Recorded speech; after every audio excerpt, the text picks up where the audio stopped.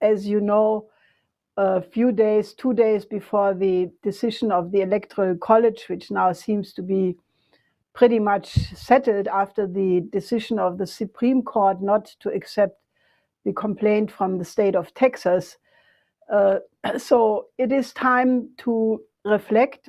I mean, I'm not saying that that is the last word of it, but I think it's a very good time to reflect how to address all the problems which do exist. And these are many. We have an out of control COVID-19 pandemic, out of control, at least in parts of the world, in Europe, in the United States, and many developing countries, not so much in Asia. Then we have a famine, which according to the head of the World Food Program, David Beasley, has biblical dimensions. 270 million people are threatened with starvation in the coming year. Then we have naturally the danger of a financial collapse because nothing has been resolved after 2008. We are looking at the perspective of a real collapse of the real economy, at least in large parts of the world. And naturally, out of all of that stems a strategic confrontation between NATO and Russia and China, which, if not stopped and if not changed, has the potential for the annihilation of the human species. So I think that if you look at this specter of existential threatening problems, it is very important to conduct this conference of the Schiller Institute, which has the intention to hear experts from many parts of the world looking at aspects of this crisis and looking for ways how to define a new paradigm and how can we catalyze an international movement of people who are committed to reach a new level of reason, a higher level of reason where all these conflicts can be overcome in the interest of everyone. And such a solution does exist.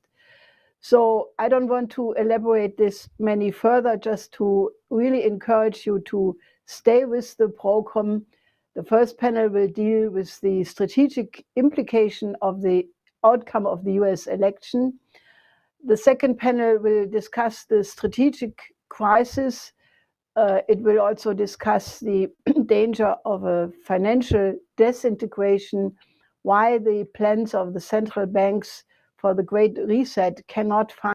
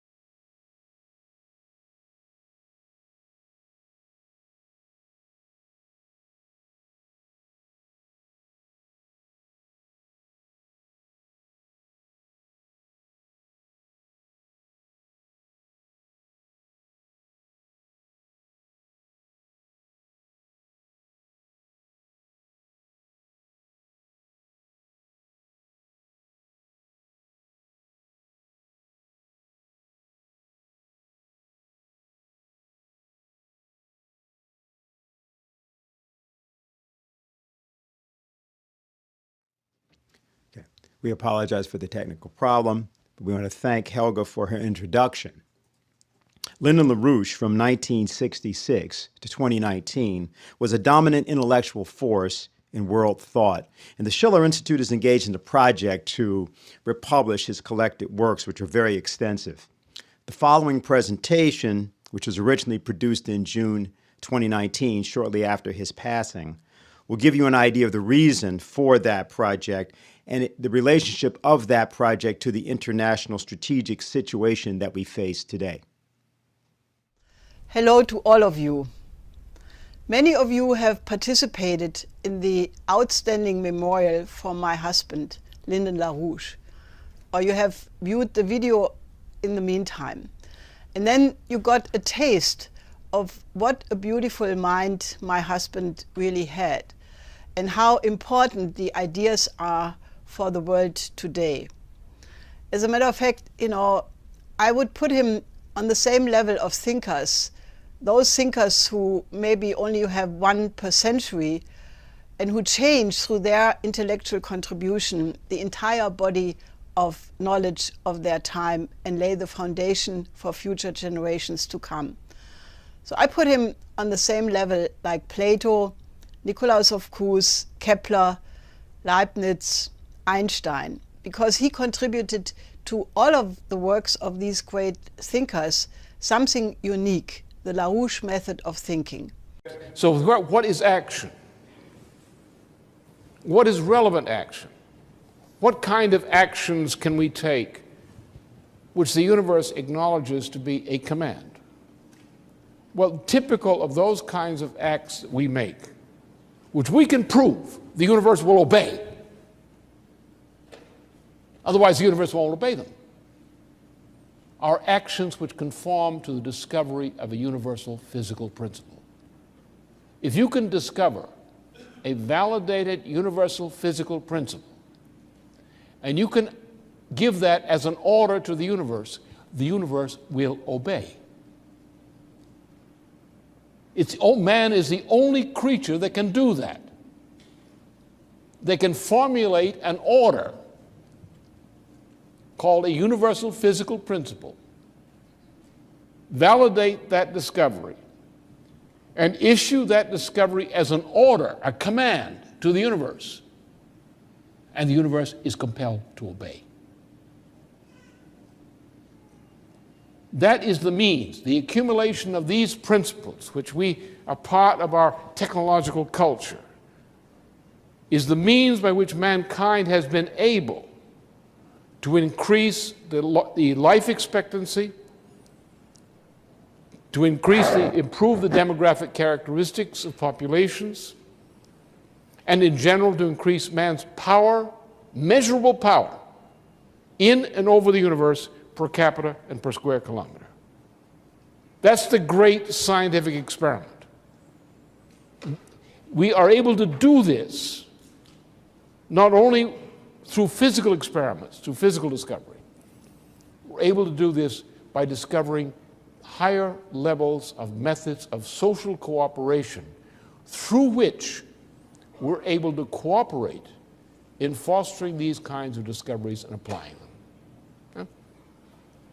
So those things, those are the kinds of actions which the universe acknowledges to be man's willful actions of significance. Everything else that man does is on the level that any lower form of animal life can accomplish. So therefore, the kinds of action which distinguish a human being from lower forms of animal life is that, and only that. Now look at this question of strategy, which I've introduced here, from that standpoint. Strategy should mean, once we've understood these lessons which presumably we had learned from study of European history since the time of Solon and Plato, say what's important, what is strategy? The purpose of strategy is to defend the human species, to improve its condition, to improve its well-being, to improve its power in and over the universe at large. That's the purpose of strategy. In order to do that, we must promote scientific discovery and utilize it. We must promote those discoveries of principles, such as artistic principles, which enable us to cooperate in more advanced ways, to utilize these physical discoveries for man's benefit. What we therefore require is forms of society in which we perpetuate the rearing of our children and our institutions in such a way that this mission of mankind, implicit in our nature, is fulfilled. Thus, we fight to defend this idea of progress. We fight to defend and improve forms of society which promote progress. We fight to undermine and nullify those forms of culture and political and social systems which are the enemies of progress. The significance of the United States is that it was produced as a product of a certain phase in European civilization, coinciding with the 15th century Renaissance centered in Italy. It struggled to create a form of society in which the only legitimate authority awarded to government was the responsibility and power to promote the general welfare of each and all persons. That is, to promote progress in that sense. In this process, during that century, the policy was adopted of having self-governing, modern, sovereign nation-states whose authority to rule was located in the commitment to progress so defined. And I'm absolutely convinced that if we would publish right now his collected works, which is a gigantic task because he was one of the most prolific writers of his time, it would have the same effect like the introduction of Plato to the Italian Renaissance. Now let me explain to you what I mean by that. The Italian Renaissance was prepared by many factors, by the work of Dante, Petrarca, many sculptors and great painters. But what really caused the spark to really make the Renaissance what it became was the introduction of Plato and the thinking of Nicolaus of Cus. Nicolaus of Cus belonged to a circle of humanist thinkers who believed that you had to go back to the original documents of all times, of all events and handwritings. So in this capacity, he was sent by the Pope to find out if the Filioque question was in the early documents of the early councils of the Church. Now the Filioque was the question which had separated the Orthodox and the Catholic Church. It was the question, does the Logos emanate only from the Father, which was the belief in the Orthodox Church, or does it also emanate from the Son, Filioque? Now, Nicolaus went to Byzantium and he did find all the handwritings of the early councils of the Church, which did contain the Filioque. Now, this was a complete breakthrough because that meant that he could convince the fathers of the Orthodox Church to come to the councils of Ferrara and Florence. So in 1437-38, he came with a whole delegation of about 700 people, the Emperor of Byzantine, the Patriarch, and many scholars. He traveled from Greece to these councils. And already on the way, because he talked to people like Georgis Gemistos Plethon, who was the 83-year-old advisor of the emperor, and he was the top scholar of Plato in Greece. He actually wanted to introduce, Plato to have a renaissance in Greece. And he was, refuting Aristotle. He thought that Aristotle had absolutely misrepresented Plato's ideas, or he was not capable of understanding them. He said Aristotle is completely incompatible with Christianity. So the dialogue between Nicolaus and all of these scholars meant that Nicolaus had a breakthrough already on that trip. He came to develop a method of thinking where he was very self-conscious about, and he said, I'm now saying something which no human being has ever thought before. And that was the principle of the coincidentia oppositorum. This is the idea that the one has a higher value and a higher magnitude than the many, and that the human mind can always overcome contradictions by developing a level of reason on a higher plane, which gives you a way to solve problems which were not solvable on the lower plane. And that idea indeed was a complete breakthrough of thinking, because, you know, Aristotle had said, well, you cannot have something being true and being the opposite of something not being true. And, you know, all these thinkers, including Nicolaus, said this is a completely low level of thinking because you remain on the plane of contradictions, while Nicolaus then in the Apologia Docte Ignorantia, which was his rebuttal of a scholastic professor from Heidelberg, Johannes Wenck, he said, you know, Aristotle is really, you know, very low level of thinking, like the ratio of an animal, but no better.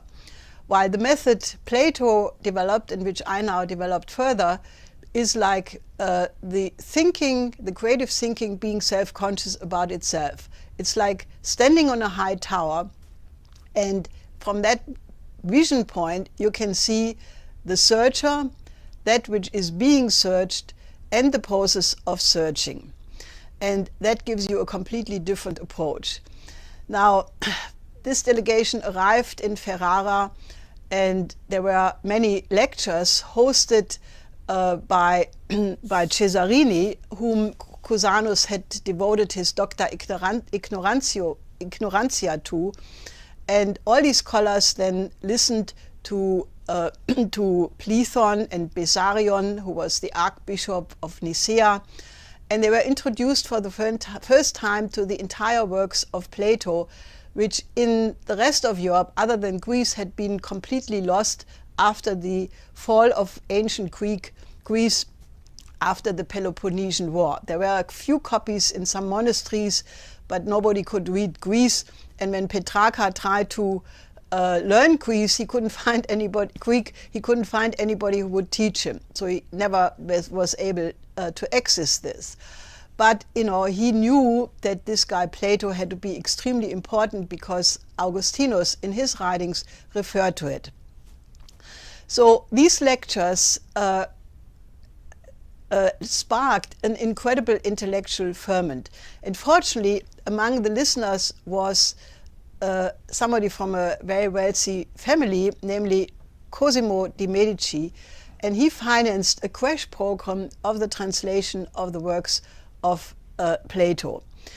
So the combination of Cusanus' writings and the emergence of the entire works of Plato laid the foundation for the paradigm shift which separated the Middle Ages from the modern times.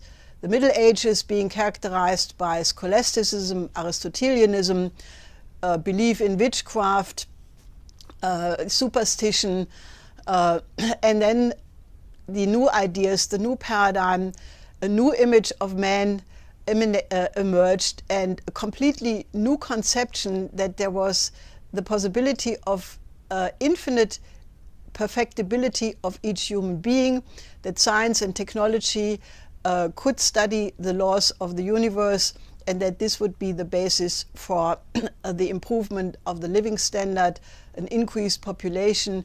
So it was a complete revolution, and it laid the foundation for everything good coming out of European history for the following 600 years to come.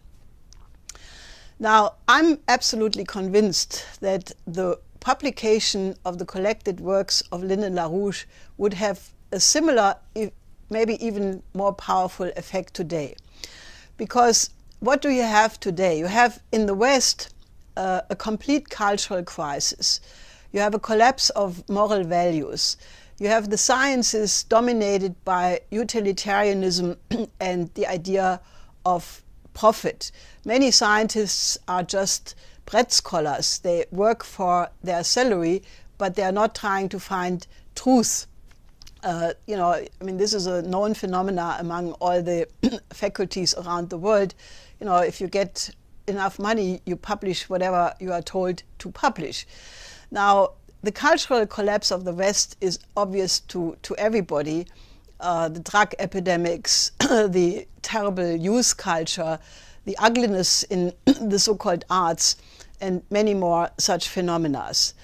So I'm absolutely convinced that if we would publish now as quickly as possible the collected works of Lynn, it would spark an incredible excitement, because the ferment already exists, because while the West is in a dark age, that is not the case for all of the world, because the new Silk Road, sponsored and originated by China, that spirit, the spirit of the new Silk Road, has already caught on in about 126 countries which have joined the Belt and Road Initiative and who have the idea that there will be, a completely new time where poverty and underdevelopment can be overcome. If you're just joining us, we want to welcome you to panel 1 of the 2-day Schiller Institute Conference, The World After the United States Election, Creating a World Based on Reason. Panel 1 has been entitled Hang Together or Hang Separately, Free and Sovereign Republics or Digital Dictatorship. An international investigative commission on truth in elections was formed 2 weeks ago, and 2 representatives of that commission will now present the results of their inquiry into the American presidential election of 2020. They are Marino Elsaviv of the Dominican Republic, an attorney at law and member of the 1995 Martin Luther King International Tribunal. The second is David Meiswinkle, United States attorney at law, and he will give the second report. Mi nombre es Marino Elsaviv Pineda, abogado de la República Dominicana. My name is Marino Elsaviv Pineda, a lawyer from the Dominican Republic. I'm a member of the International Investigative Commission of the Schiller Institute, who had the honor of participating in hearings on the electoral crisis that the American people are going through at this time. I was joined by Simon Levy from Mexico, Juan Francisco Soto from Argentina, and David Meiswinkle from New Jersey, a lawyer from the United States. We are all lawyers. And on that basis, we heard from witnesses: William Binney, Harley Schlanger, retired Colonel Richard Black, State Senator Mario Scavello,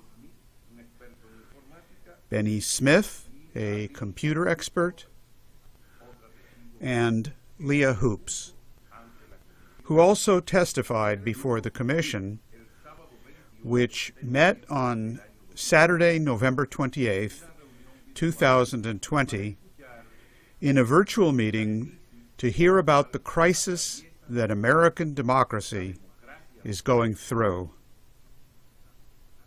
Antes de referirme a los detalles de la conferencia virtual del 28 de noviembre, before mentioning the details of that virtual conference on November 28th, I must refer to the paradox of the elections in the United States and to the destruction of the American nation-state.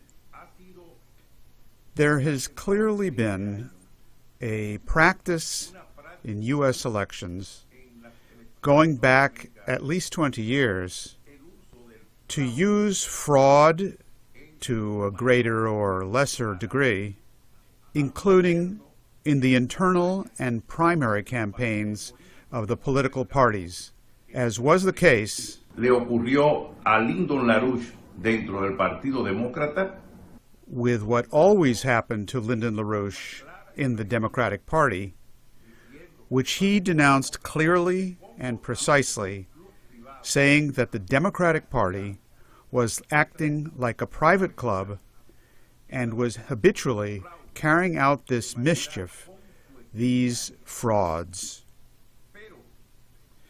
But returning to the commission,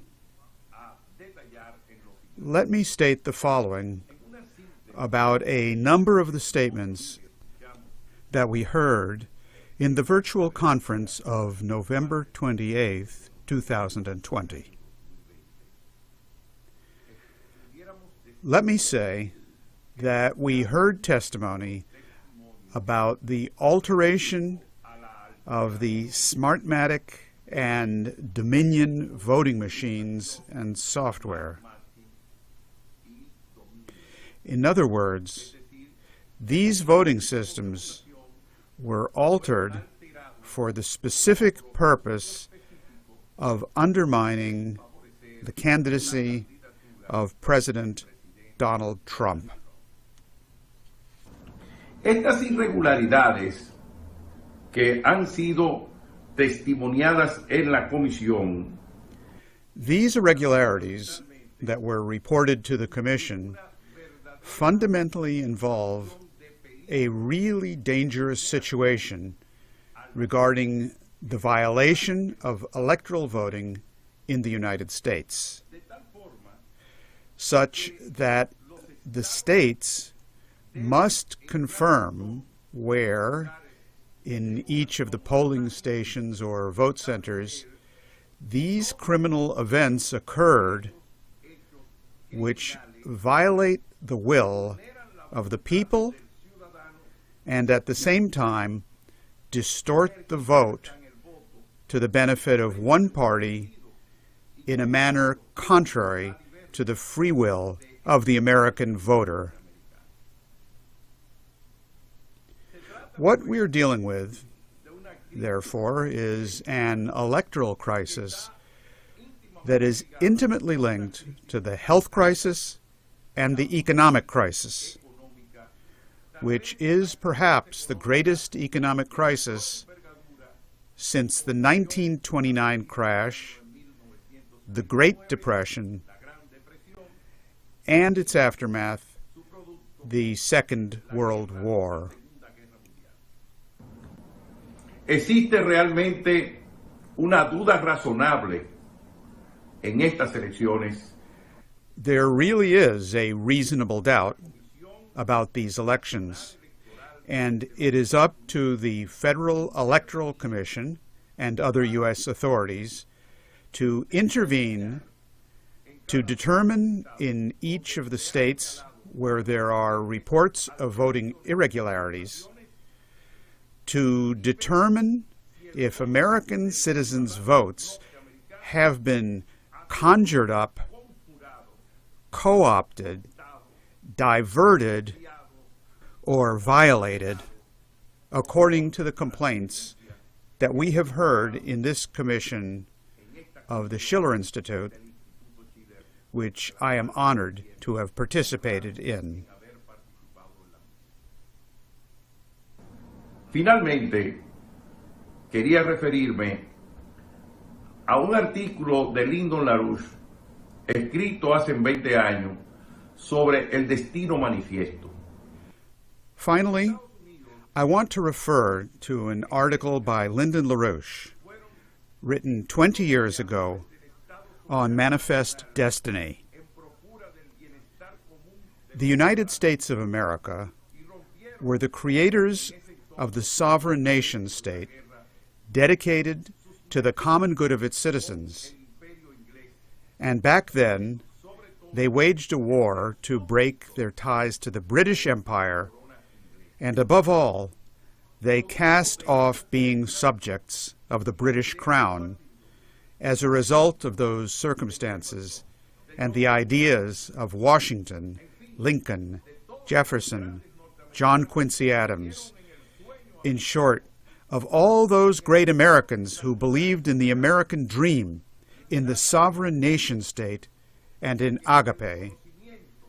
They believed that knowledge is what creates new technologies and new conditions for human beings to live for the common good. En ese ámbito, ese manifiesto del que hablaba Lyndon LaRouche hoy se traduce en esta crisis. In that regard, that manifesto, which Lyndon LaRouche spoke of, translates today in this crisis, a crisis which clearly requires a principle, the principle of reason. And those solutions must be based on a new nation state protected with the ideas of Franklin Delano Roosevelt, based on the central idea that nation states that respect their identities can avert the current crisis. Pueden conjurar la crisis actual y no podemos volver a una nueva situación de fascismo. We cannot return to a new situation of fascism, to a new dark age, to the darkness of the Middle Ages, and to a situation where the Venetian banking houses of yesteryear, which today are those of Wall Street and the City of London, become the owners of mankind's goods and services to benefit the few and to the detriment of the great majority. El surgimiento de un nuevo renacimiento en el siglo XV. The emergence of a new renaissance today, like that of the 15th century, is once again an imperative for the American people, and also for all the peoples of Latin America. We are concerned about the threat to democracy, and above all, we are concerned about the great danger of falling into a new age of fascism, a new dark age for all humanity, if American democracy fails. Greetings. My name is David Meiswinkle, attorney at law practicing in the state of New Jersey. Free and fair elections, a hallmark of a democratic society, appears to have disappeared in the United States of America this past November 3rd. 2 weeks ago, I had the honor to participate on the International Investigative Commission for Truth in Elections, sponsored by the Schiller Institute, and to be part of a panel of legal experts consisting of Marino Elzef from the Dominican Republic, Simon Levy from Mexico, and Juan Francisco Soto from Argentina. We heard testimony of witnesses concerning evidence of massive voter fraud connected to the 2020 general elections, especially involving various close races in swing states. Witnesses include former NSA technical director and whistleblower William Binney, former state senator Colonel Richard Black, voting machine and algorithm programs expert Benny Smith, Pennsylvania State Senator Mario Scavello, Republican poll worker Leah Hoops, and Schiller Institute spokesman Harley Schlanger. The witness testimony appeared to be consistent, sincere, and credible. The infractions testified to included, but were not limited to, suspicion of problems with certain voting machines and software. In specific, these voting machines have been outlawed in some advanced countries because of their alleged capability for manipulating elections by the switching of votes. The witnesses also alleged massive mail-in ballot fraud. The witnesses reported expressions of outright hostility to Republican challengers, including preventing some of them from observing the ballot, counting, and recording of votes. There were discussions of ballots not being counted, of scanners not working, of mysterious malfunctions preceding massive vote tally changes. Witnesses asserted that there was unfair and one-sided coverage by the mainstream news media and by the social networking platforms Facebook, Twitter, and YouTube. Witnesses stated they believed there were biased coverage, often vociferously differently hostile to the president and supportive of his challenger throughout the election campaign,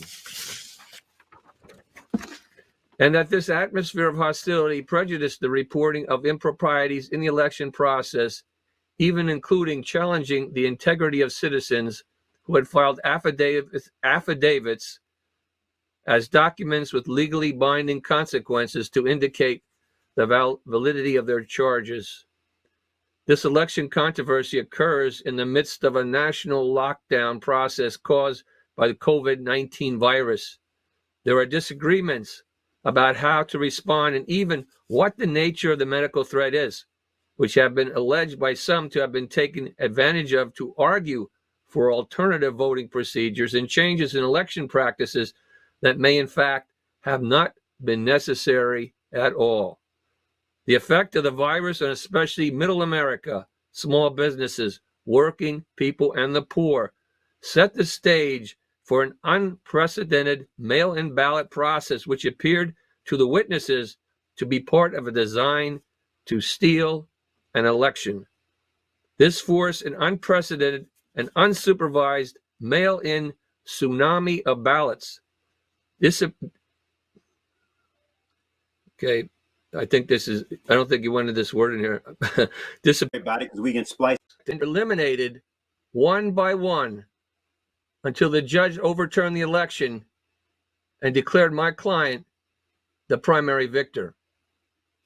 During election campaigns in New Jersey, in which I was personally the candidate, there was so much cheating going on in the New Jersey Democratic stronghold that it was necessary to call into the city on 3 separate elections the Attorney General's office. After one election, voting machines were impounded for inspection, and 2 separate federal lawsuits were filed after the other elections. So I have seen on a microscopic level corrupt elections and can attest to the illegalities and nastiness that is associated with the machine town where one party is overwhelmingly in control of the voting machines, the voting buildings, and its immediate area. And now apparently we see abhorrent voting fraud actions throughout the country in a presidential election. The hearing officers of our commission concluded after the witness testimony 2 weeks ago on the 2020 general election that 1, serious irregularities appeared to exist that were legitimate legal and civil questions regarding the violation of both federal and state election law. 2, voter fraud must be specified and validly supported with evidence. 3, there is a need for a determination by the courts as to whether the cheating was so significant and appreciable as to have altered and impacted the election. 4, each state should call committees to assure standards for validating votes. 5, there is a need for a federal criminal investigation into the possibility of conspiracy to undermine the presidential election of 2020, both domestic and foreign. My personal assessment: what's at stake with the fraudulent election? Everything. A line has been drawn. The parasitic and treasonous orchestrators, normally camouflaged in plain view, are being exposed through their own overt actions, their fake news. There is a momentous pushback by people not previously moved. The stirring of patriotic and the revolutionary fervor is beginning to surface throughout the country. A great awakening has begun. Both individual and national sovereignty is in the balance. American foundations and roots are being drawn upon. The Constitution and Bill of Rights shall stand. The heritage of our forefathers call. The battle has begun. We now broaden our look at the U.S. presidential elections of the last 5 years, 2016 and 2020. Now, the most controversial aspect of that process is the so-called Russiagate hacking of the Democratic National Committee of 2016, an incident that led to 21 states changing various elements of their electoral procedures and equipment. Julian Assange and his case is notorious, both because of his persecution and because of its implications for the rest of us. It's intimately tied with the United States elections of 2016 and 2020. Were the President of the United States to act in this case, it would be both a humanitarian and legal revelation. Our next speaker is Victor Dedage, citizen journalist, and the presentation is entitled The Crucifixion of Julian Assange, a journalist committed to truth and peace. Hello to everybody. My name is Victor Dedage. I am a citizen journalist who has adopted this mission for 30 years now after discovering Latin America and following politics in Latin America. I've been following the past and present evolution and revolutions in Latin America, especially Nicaragua, later Cuba. It was therefore natural that I was very interested in all notions of knowledge, freedom of the press, and how to circulate propaganda. When Wikileaks appeared on the international scene in 2010, it appeared only natural that we should meet somewhere. And this experience of Wikileaks, for us alternative media, alternative journalists, was literally a kind of hope. A hope to get rid of having to depend on the information conveyed by the mainstream media, which we were certainly scrutinizing and analyzing.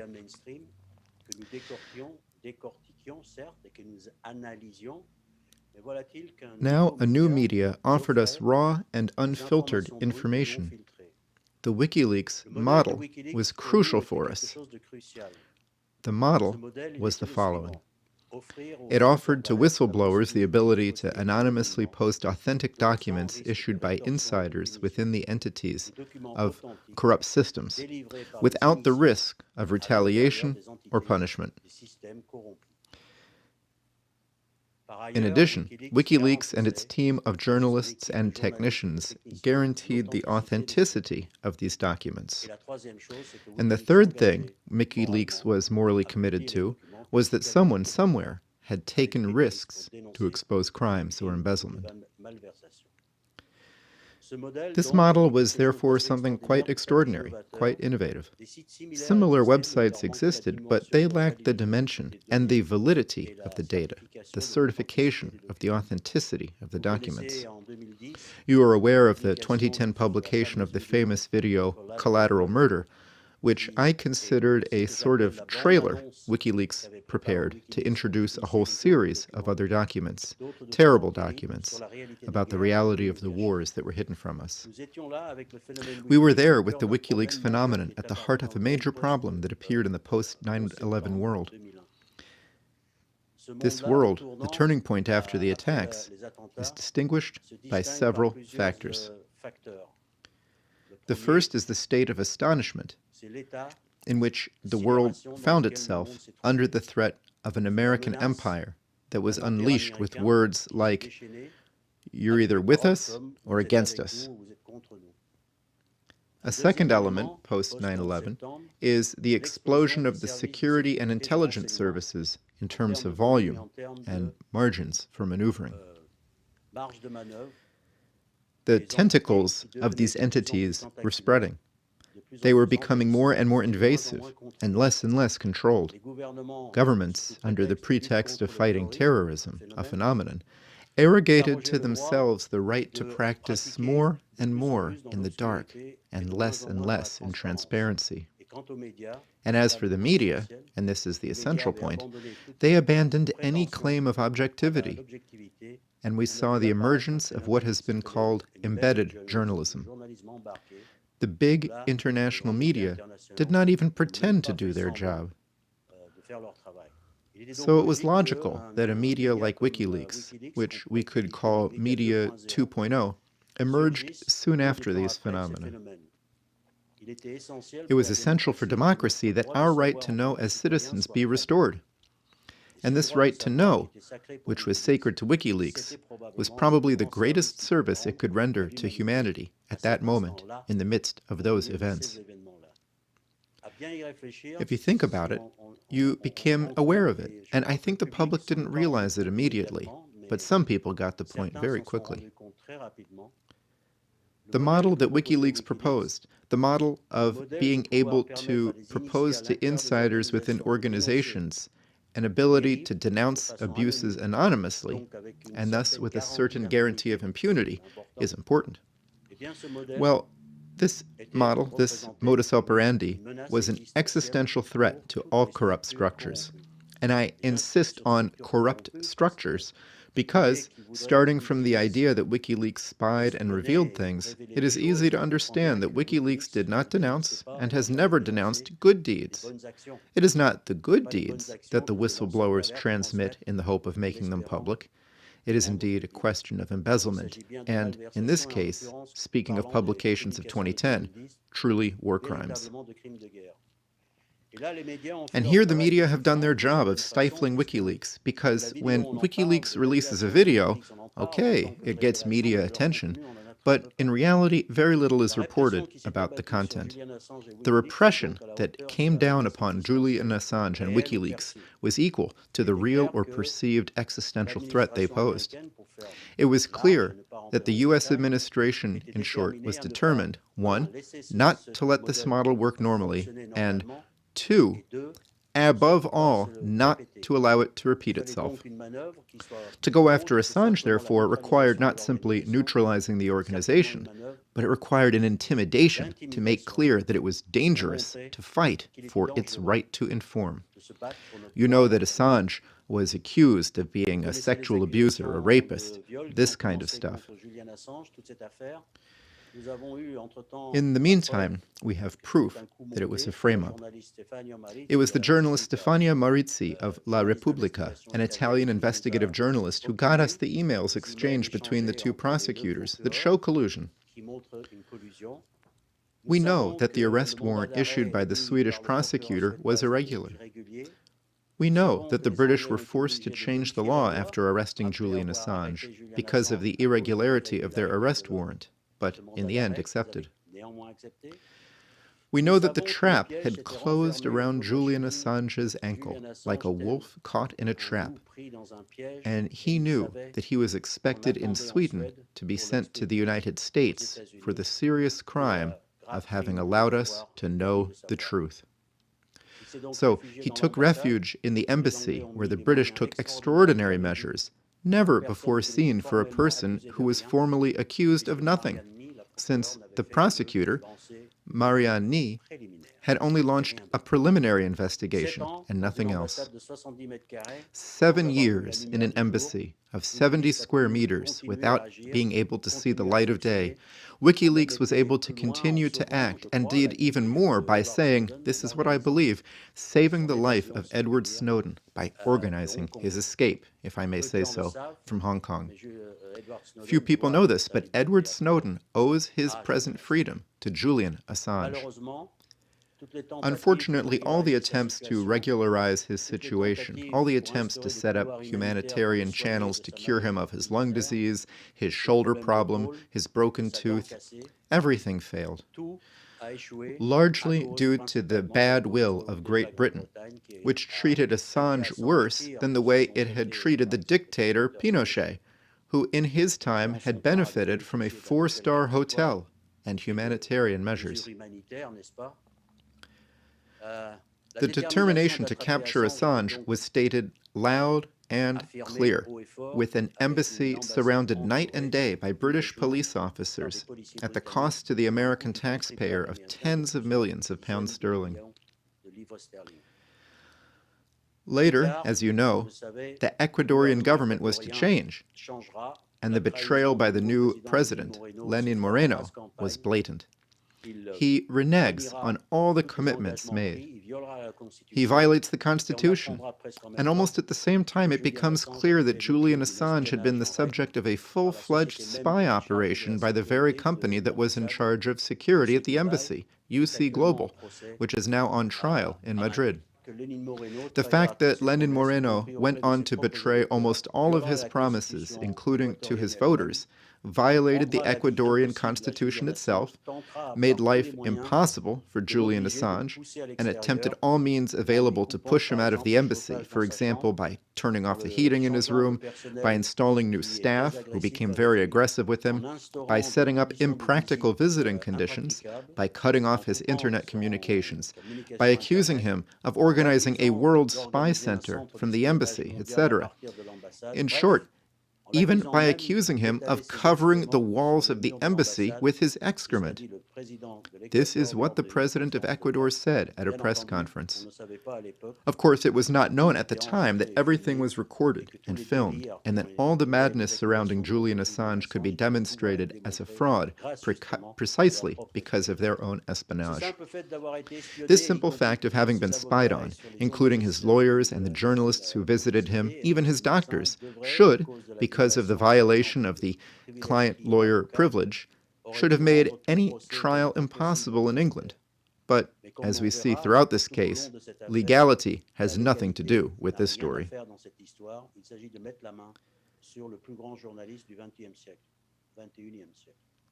So it was a question of getting their hands on the greatest journalist of the 21st century.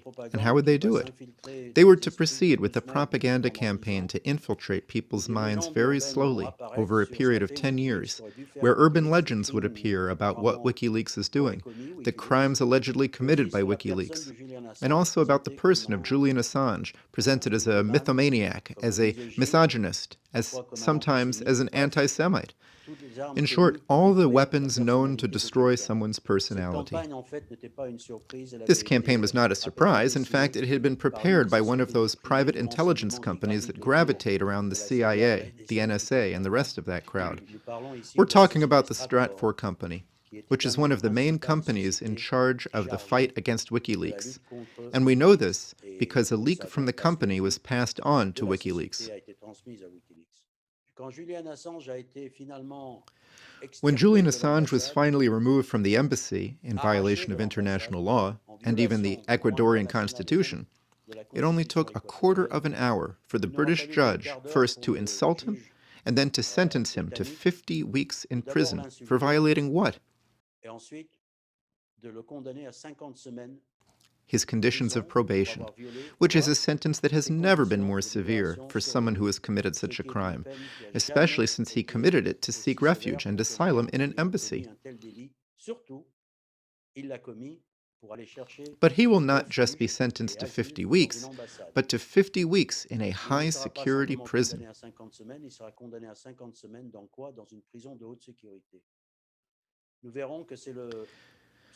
We will see that this is the only case, to my knowledge, in Great Britain that a journalist accused of nothing in preventive detention is locked up in a high-security prison.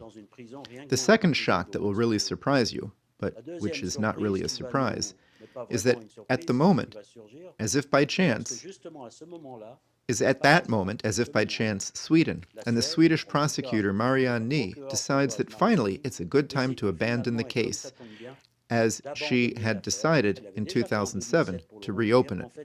In fact, the Swedes opened and closed the case 3 times, because it was necessary to give space to the real actor of this farce. I mean the United States Department of Justice, which during all this time was hidden backstage behind the curtains, but with their shoes protruding underneath. And here they came presenting themselves to ask for the extradition of Julian Assange. So already, if we stop and think about the words, because here we are in the middle of propaganda, extradition. Already there, we are in the middle of it. Extradition is sending someone back to a country where he has committed a crime, or sending him back to a country where he has to serve a sentence. Julian Assange is an Australian, which doesn't qualify him as a traitor to the United States. He is a journalist who worked in Europe, whose publishing house is based in Reykjavik, Iceland. It is therefore not actually an extradition. Julian Assange has never been under American jurisdiction. It is simply a well-established American habit of exercising extraterritoriality, a new extraterritoriality. And after their embargo law, the Americans have decided to apply an extraterritoriality to an Australian journalist on the basis of an old law from 1917, the Espionage Act. It is not, therefore, an extradition in the strict sense of the term. The word extradition is used by the press and by the Ministry of Justice to confuse the public in order to hide the following fact. Julian Assange is the subject of a sophisticated form of rendition, of forced kidnapping on British soil, disguised as an extradition.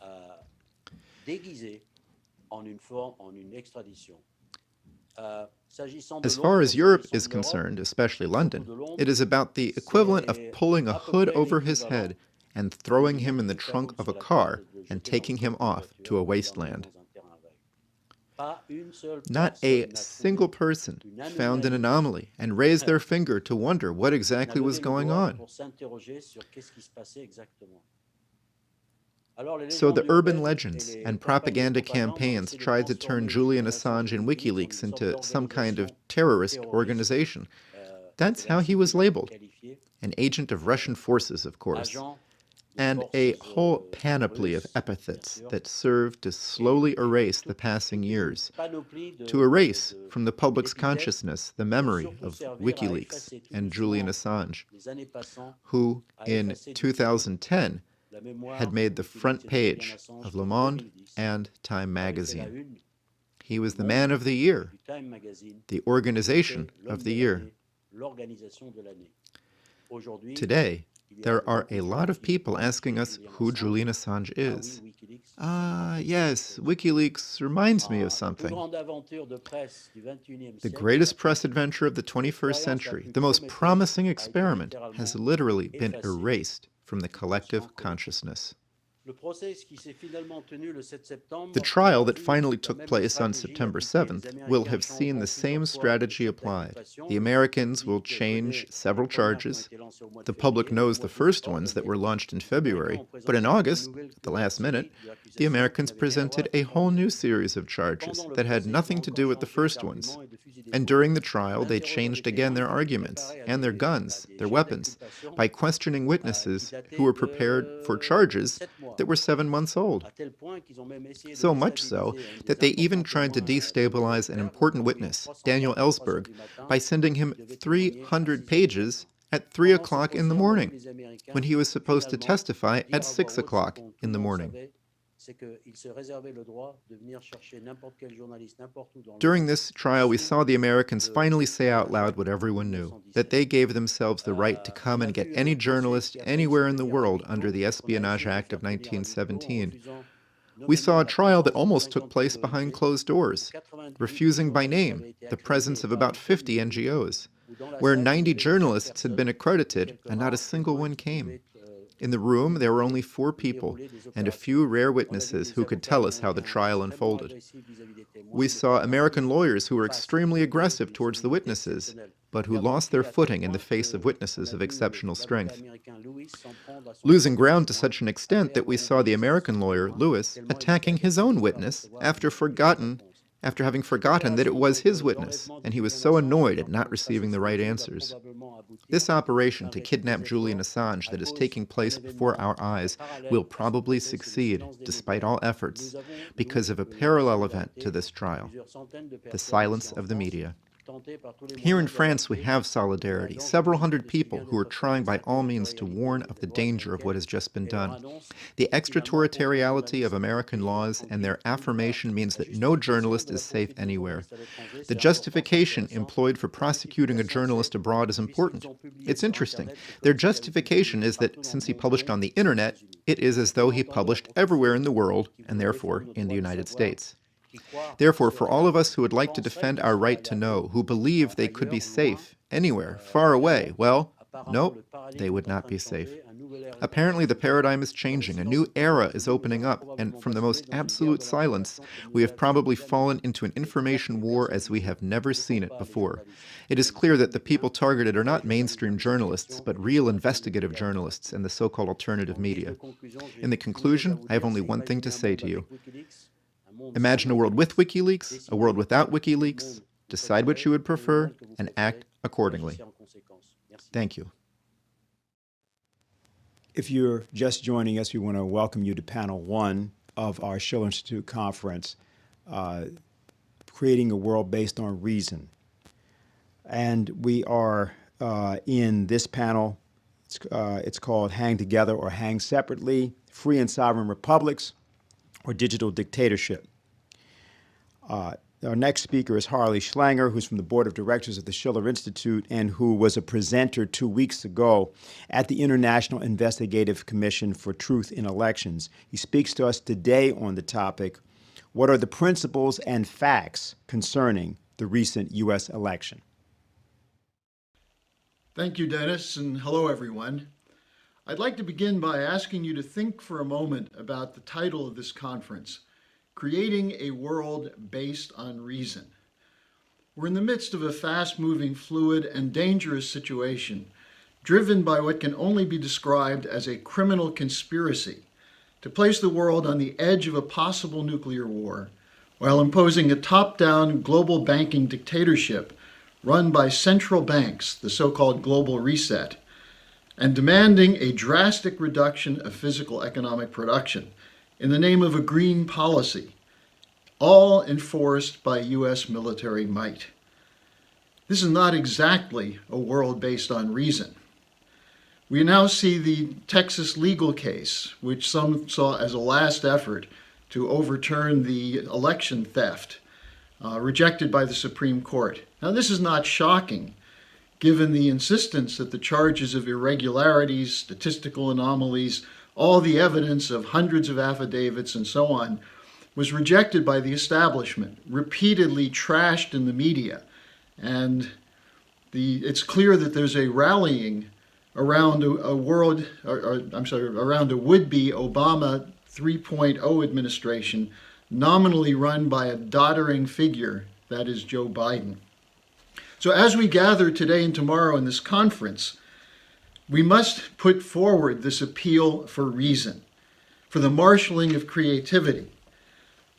From this conference should come a clarion call for the best among us to rededicate our efforts to realize the best intentions of those who came before us, who fought for centuries, committed to developing institutions of self-government in which the people would act in their own self-interest in sovereign nations, which would maximize freedom in pursuit of the common aims of all mankind. This was best developed in the American system, especially as through the work of Lyndon LaRouche, by identifying the relationship between human creativity, productive advances, the increases of productivity to improve the standard of living for a growing number of people, LaRouche's concept of potential relative population density. Now, the present situation is dominated by strategic insanity, a war hawk neocon operation on steroids, you might say. Endless wars based on lies, false flag operations.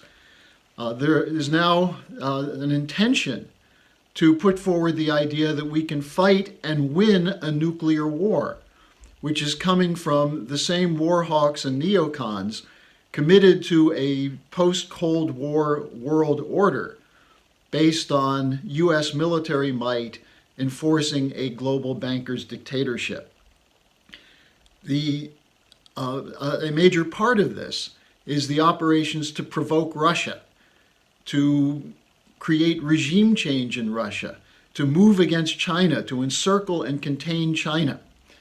And it should occur to people that the same forces involved in the regime change in the United States, the 4-year-long effort to get rid of Donald Trump, is being run by the same people pushing for regime change in Russia and China. And why is that? because these three countries represent the best hope for a world of sovereign nation states cooperating to address the crises that confront all of us. We look at the economic policy, speaking of strategic insanity, neoliberalism, the idea of free trade, of globalization, with the idea of globalization not countries working together in common interests, but nations in a Darwinian struggle, being forced into conflict with each other, while perched on top of them is a supranational regime, whether it's the World Trade Organization, the International Monetary Fund, all of these international agencies which operate on behalf of global corporate cartels, serving the interests of less than 1% of the wealthiest in the world, while condemning the rest of the world into a fight for survival of the fittest. This is what free trade is. And what's proclaimed as economic growth are bailouts and bubbles, the granting of cheap or almost unlimited credit to speculative swindlers who buy and sell worthless financial instruments based on liquidity provided by the central banks, while demanding austerity from the vast majority of the populations of the world. This killer austerity is responsible for our inability to address global pandemics. It's also responsible for creating global famine of biblical proportions, which David Beasley of the World Food Program has said has already killed 7 million people through starvation and threatens as many as 260 million more in 2021. We see a push for the Green New Deal, climate hysteria based on fake science, which is really a thinly disguised measure for population reduction, by basically arguing that there are limited resources and each nation or each people within nations will have to fight for a share of a shrinking economic pie.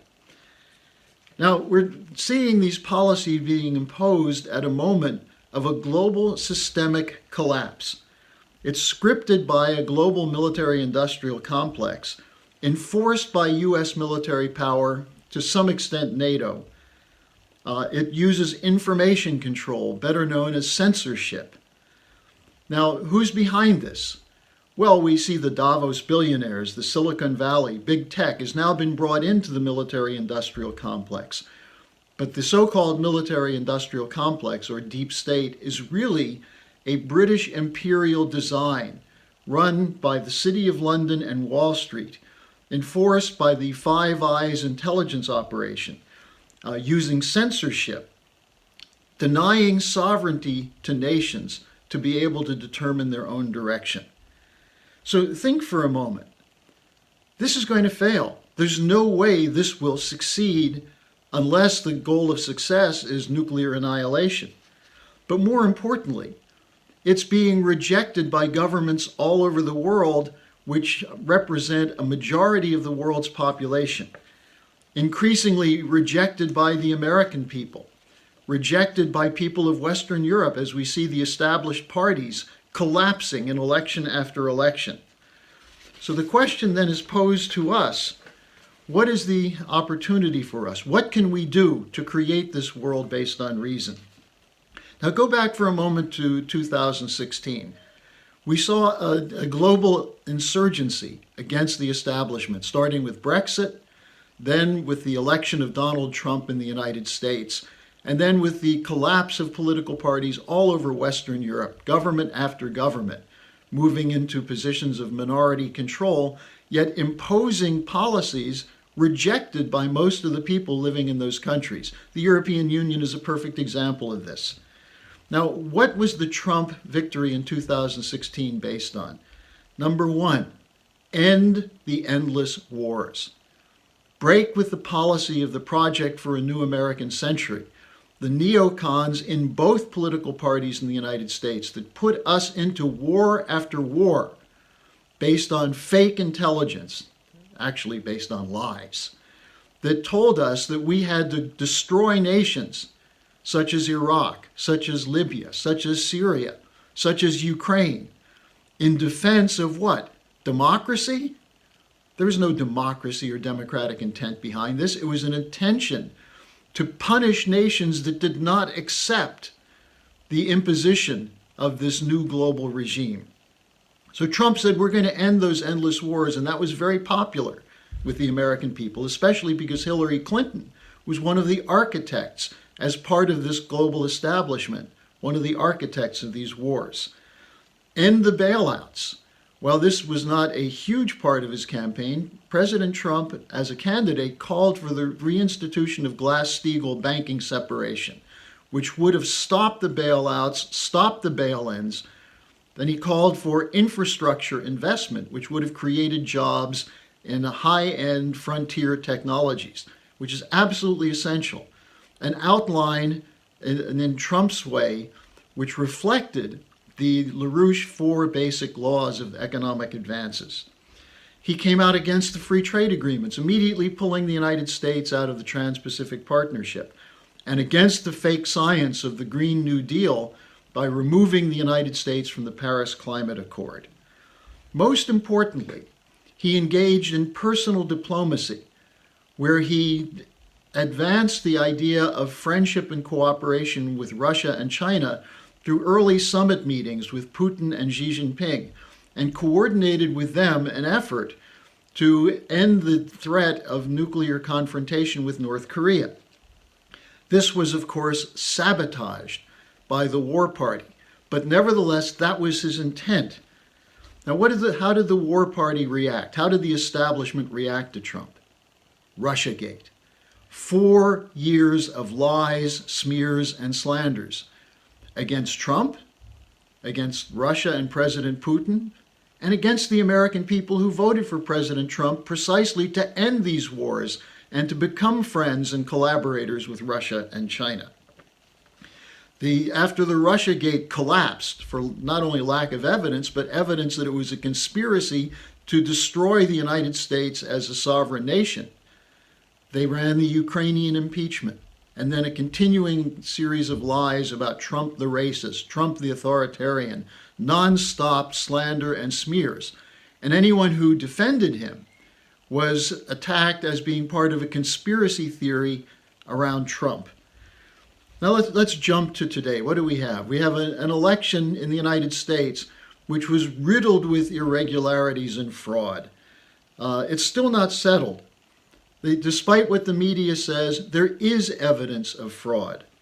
And there's still an opportunity to bring this before legislatures, which have the responsibility under the Constitution to select the electors who will be meeting on Monday.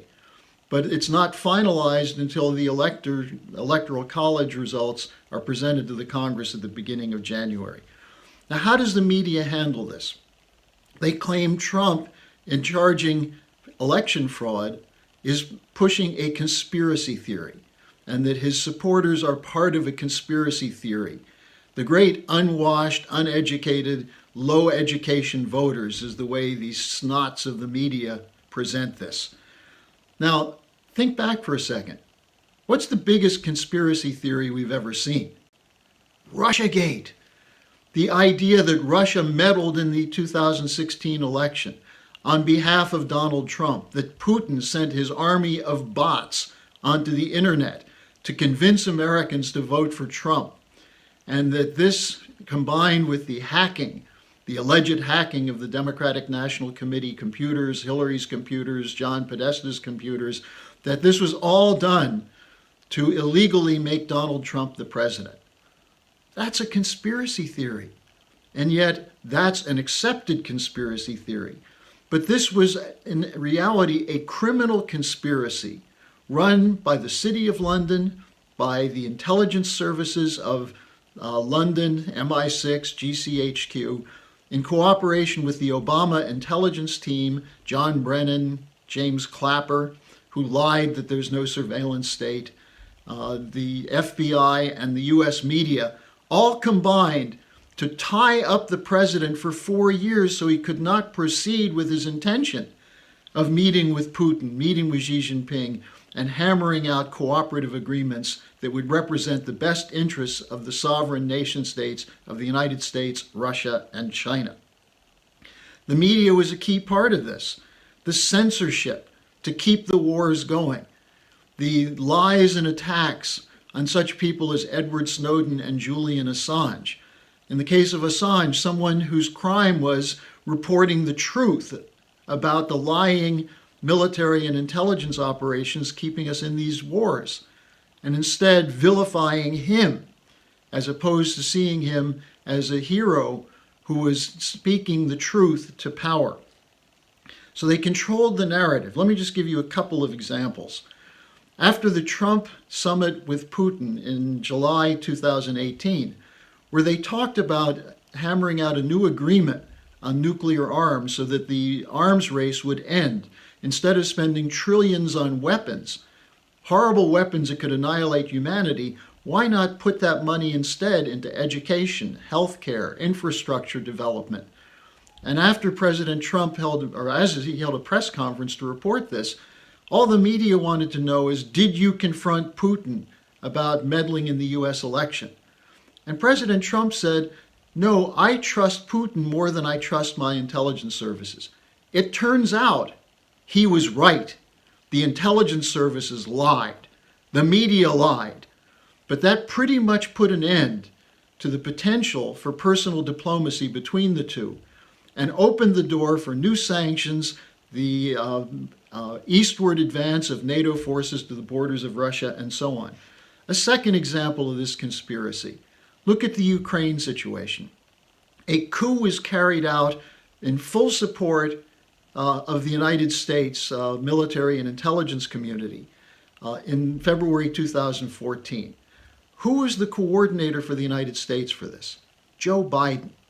Biden worked with networks of regime changer George Soros, with the PNAC crowd around Victoria Nuland, the Project for a New American Century, all the NGOs that finance regime change, and most importantly, that worked on behalf of imposing an oligarchical regime in Ukraine that had Nazis in its security forces, that opened fire on Maidan Square, that created the basis for the so-called freedom for Ukraine. Now, who is supporting that? Joe Biden. But what did the media do? They allowed the Ukraine issue to be reduced to a question of Hunter Biden's kleptomania, that Hunter Biden was corrupt, Joe Biden was corrupt. Well, what else is new? How many politicians become millionaires through their political service? But the real issue, forget the millions that they took. The real issue is they engaged with Nazis in a coup that put us on the edge of war with Russia. That should have been the Ukraine story that the American people could think about when we came into the election. So where do we stand now? Well, millions of people in the United States have been awakened to the fact that we have a corrupt establishment that's committed not to the general welfare, as our Constitution requires government to be, but committed to the enrichment of 1% of the population. Trump got 5 million more votes, even without taking into consideration the prospect of theft. 5 million more votes than in 2016. There's an awakening. But there's an awakening around the world. But how do they deal with that? By turning people into their profiles, left and right, liberal, conservative, communist versus patriot. And we end up with an enemy image of people who are actually should be our allies. People miss the big picture. The big picture is the question of physical economy. Can we revive the American system to produce enough to ensure that we're not in a situation where we have to make choices of triaging the elderly, triaging the sick, triaging the poor? Can we marshal human creativity through a classical culture, which gives people the ability to think of the big picture and not get trapped in the narratives? And the real issue then is the republic and the nation state versus the empire. It's not enough to vote and march. We have to have solutions. There are a few things President Trump can do in the time he has left, assuming that he does not overturn the election. Full disclosure, get all the documents on Russiagate into the public hands, on Ukraine, on the election, On 9/11, the JFK assassination, there's so much classified material that needs to come out, including in the surveillance state since 9/11. Secondly, you want to get the evidence on the election, appoint a special prosecutor. That's all I'll say on that. Third, pardon Edward Snowden and bring him back and drop the charges against Julian Assange and have the two of them talk about what they know about the surveillance state, about the corrupt wars, about the lies, and so on. And then finally, President Trump can go meet with Putin. Take the time between now and Inauguration Day to work out an agreement where the two nations can cooperate in dealing with the problems in the world. We have to change the axioms. A world based on reason means that people break out of the controlled situation defined by bad choices. Lyndon LaRouche once said, quoting a Yiddish proverb, "When you have two bad choices, always take the third." Well, we represent the third choice, a world based on reason, on the American system, on sovereign nation states cooperating to address the common aims of mankind. That's the potential we have now. That's what we have to do. Seize this moment to get as many people as possible thinking about the big picture and about the potential, the great, beautiful potential of humanity working together, addressing the common interests of mankind. I would urge you to join with us in the Schiller Institute to bring about that world based on reason. Thank you.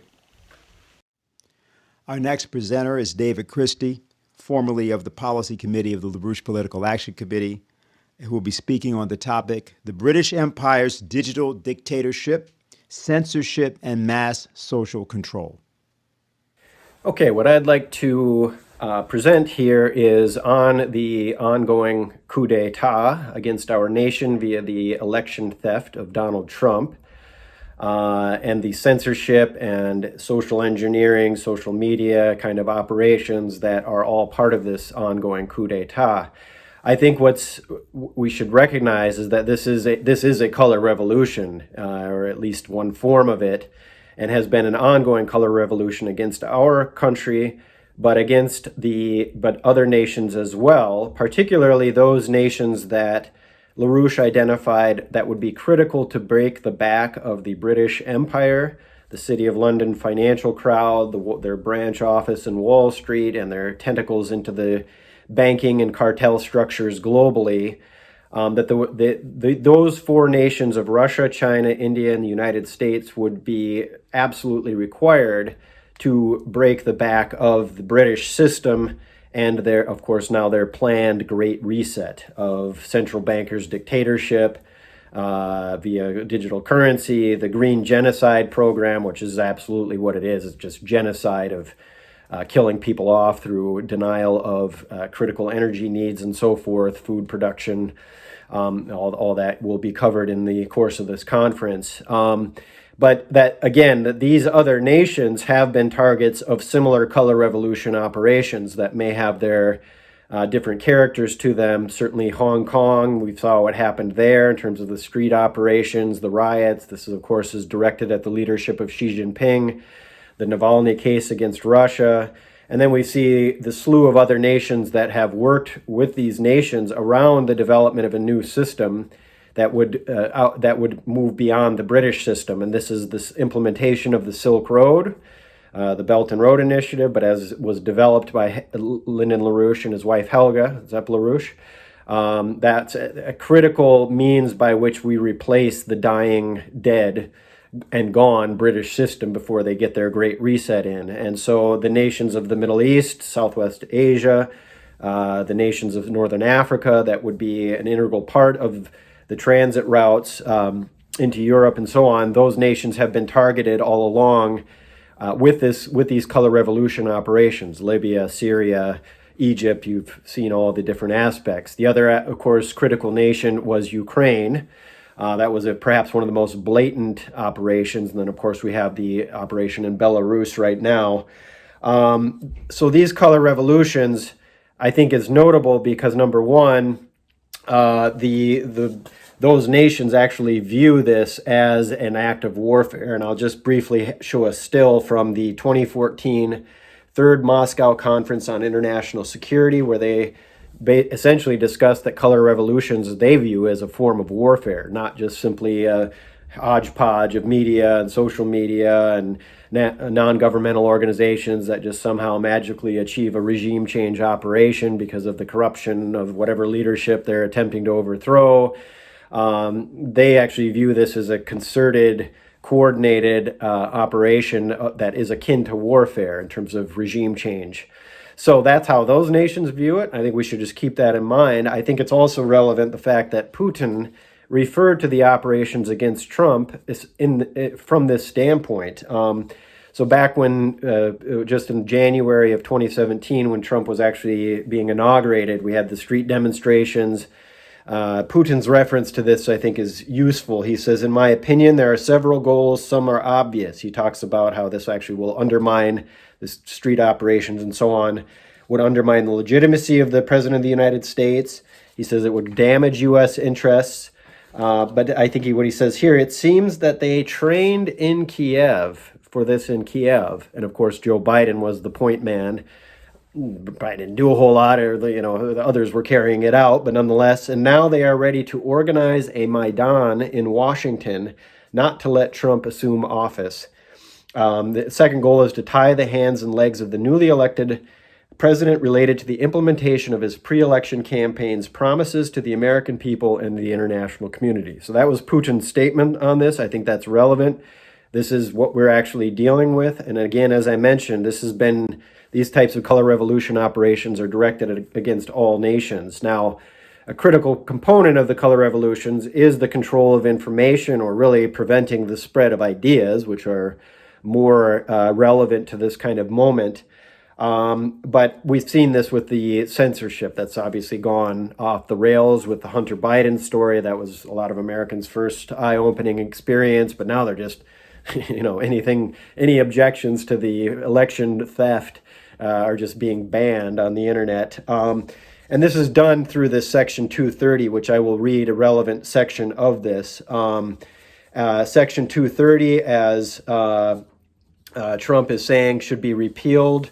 And otherwise, he will not allow for the National Defense Authorization Act unless there's a clause to repeal that. That Section 230 is of the 1996 Communication Decency Act, and this gives the so-called sword and shield to these internet platform companies, the big tech so-called.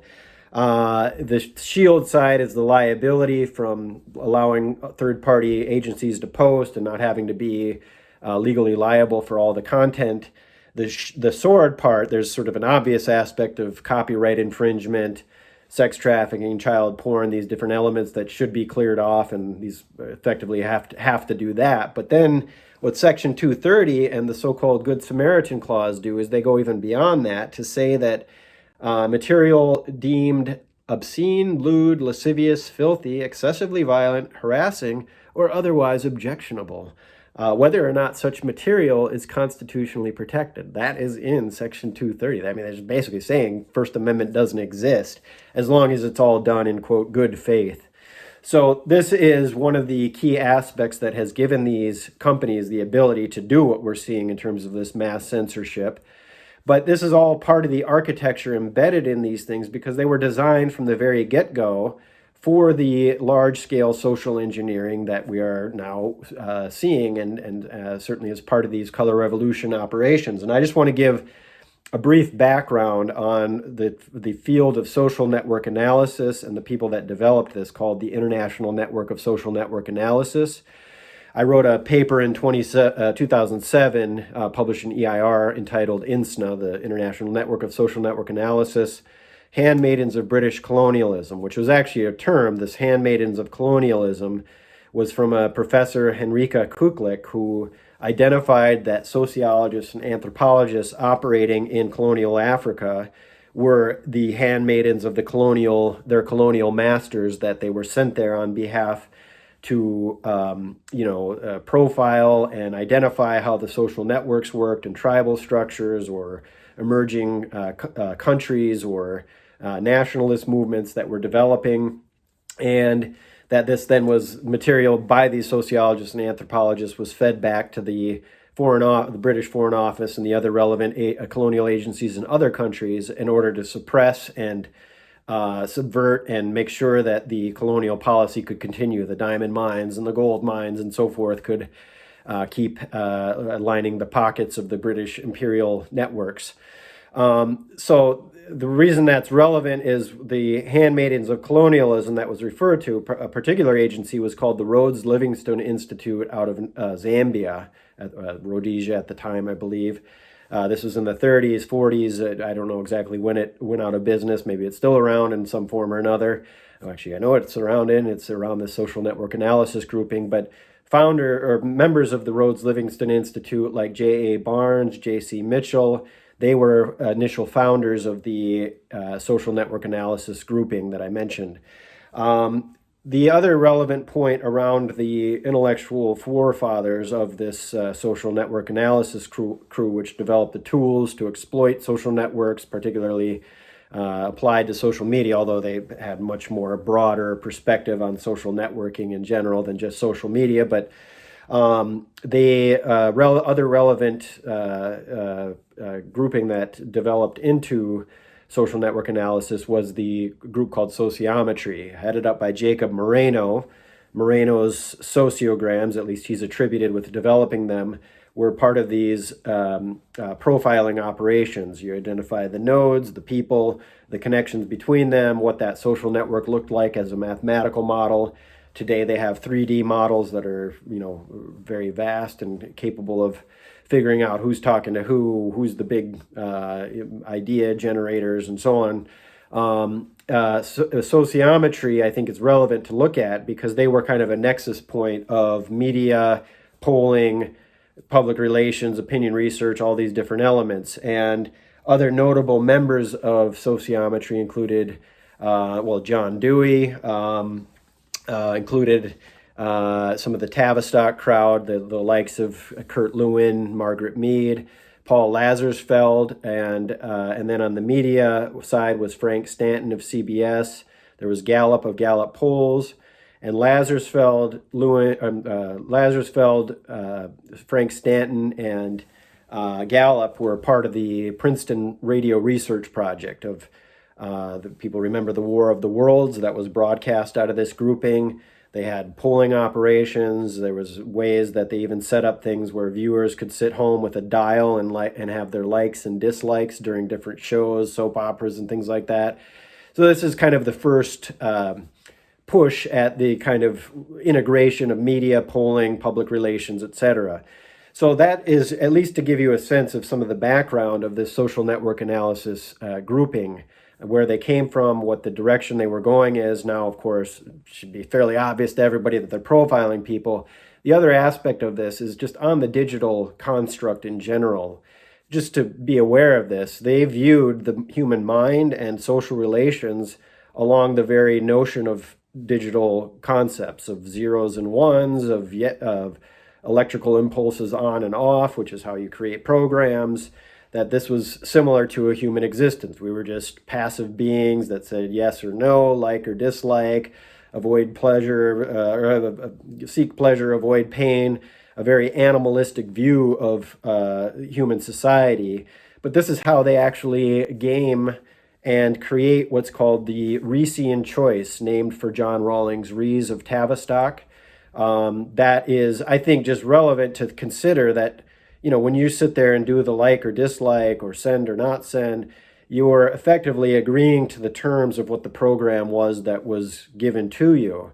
And the reason I reference that is what is required at this kind of a moment is to say, no, we're not accepting the terms of these Reesian choices, but we're going to go to the higher poetic conceptions that give the actual competent ideas to deal with the unfolding crisis that we see globally. And certainly that is the method of Nicholas of Cusa, the coincidence of opposites that Helga has been emphatic that we get that kind of a dialogue going. And so that ultimately is the kind of antidote to this sort of large-scale behavior modification, social engineering that we see from these heirs of Tavistock and these other kind of agencies. And the critical thing that they developed was the idea of group dynamics, that was far more effective than the individual brainwashing methods of electroshock therapy or drugs or whatever.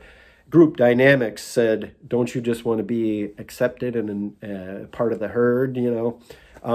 And so just to maybe have a sense of that battlefield, but the higher ideas, the higher poetic conceptions of the coincidence of opposite are absolutely required to get people to think outside of what they've been programmed with. So I think I'll leave it there and take up whatever questions people may have in the question and answer period. Thank you. Thank you, Dave. So in a moment, we're going to begin our question and answer and discussion process.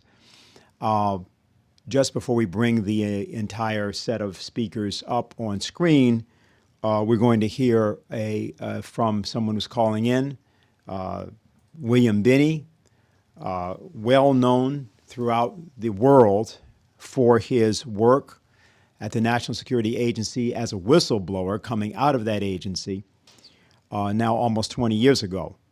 And he has a few things that he'd like to share. He was also a presenter 2 weeks ago at the International Investigative Commission. And on the topic of digital dictatorship, there's probably not a greater authority presently in the world. So, Bill? Thank you, Dennis. I'd like to address two basic things here. First, I'd like to say I've been reading about the case that Ty Clevenger, who's a lawyer representing Ed Butowski in a lawsuit involving FBI and the discovery of information about the Seth Rich exchange of data with WikiLeaks. And it just came out today that the FBI suddenly found over 20,000 pages of information related to Seth Rich. And they also had his computer, and on that computer, they talked about, or at least been reported today, that on that computer was evidence of him passing information, the emails from the DNC to WikiLeaks, asking for money for the rest of them or something of that nature. That's basically what Cy Hirsch's conversation was all about, that was recorded by Ed Butowski, I believe, early on, and that was what was posted on the web, and people heard that, and but Cy wouldn't publicly say anything about it because he didn't want to compromise his sources. But what that does, it says that the FBI has known all along, even before the inauguration of President Trump, that the information that WikiLeaks published had nothing to do with the Russians. It had an insider doing that job. Now, we knew that from forensics of the data that was published by WikiLeaks, simply by looking at the last modified times on all the 35,813 emails that were posted.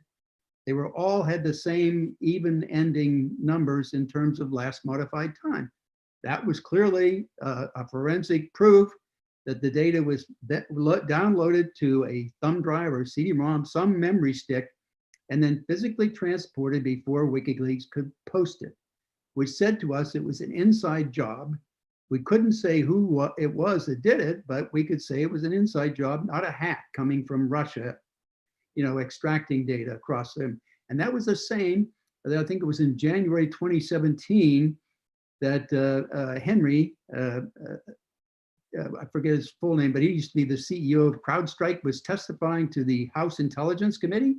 And he said that they had evidence that the data was prepared for exfiltration, but they never saw it being exfiltrated.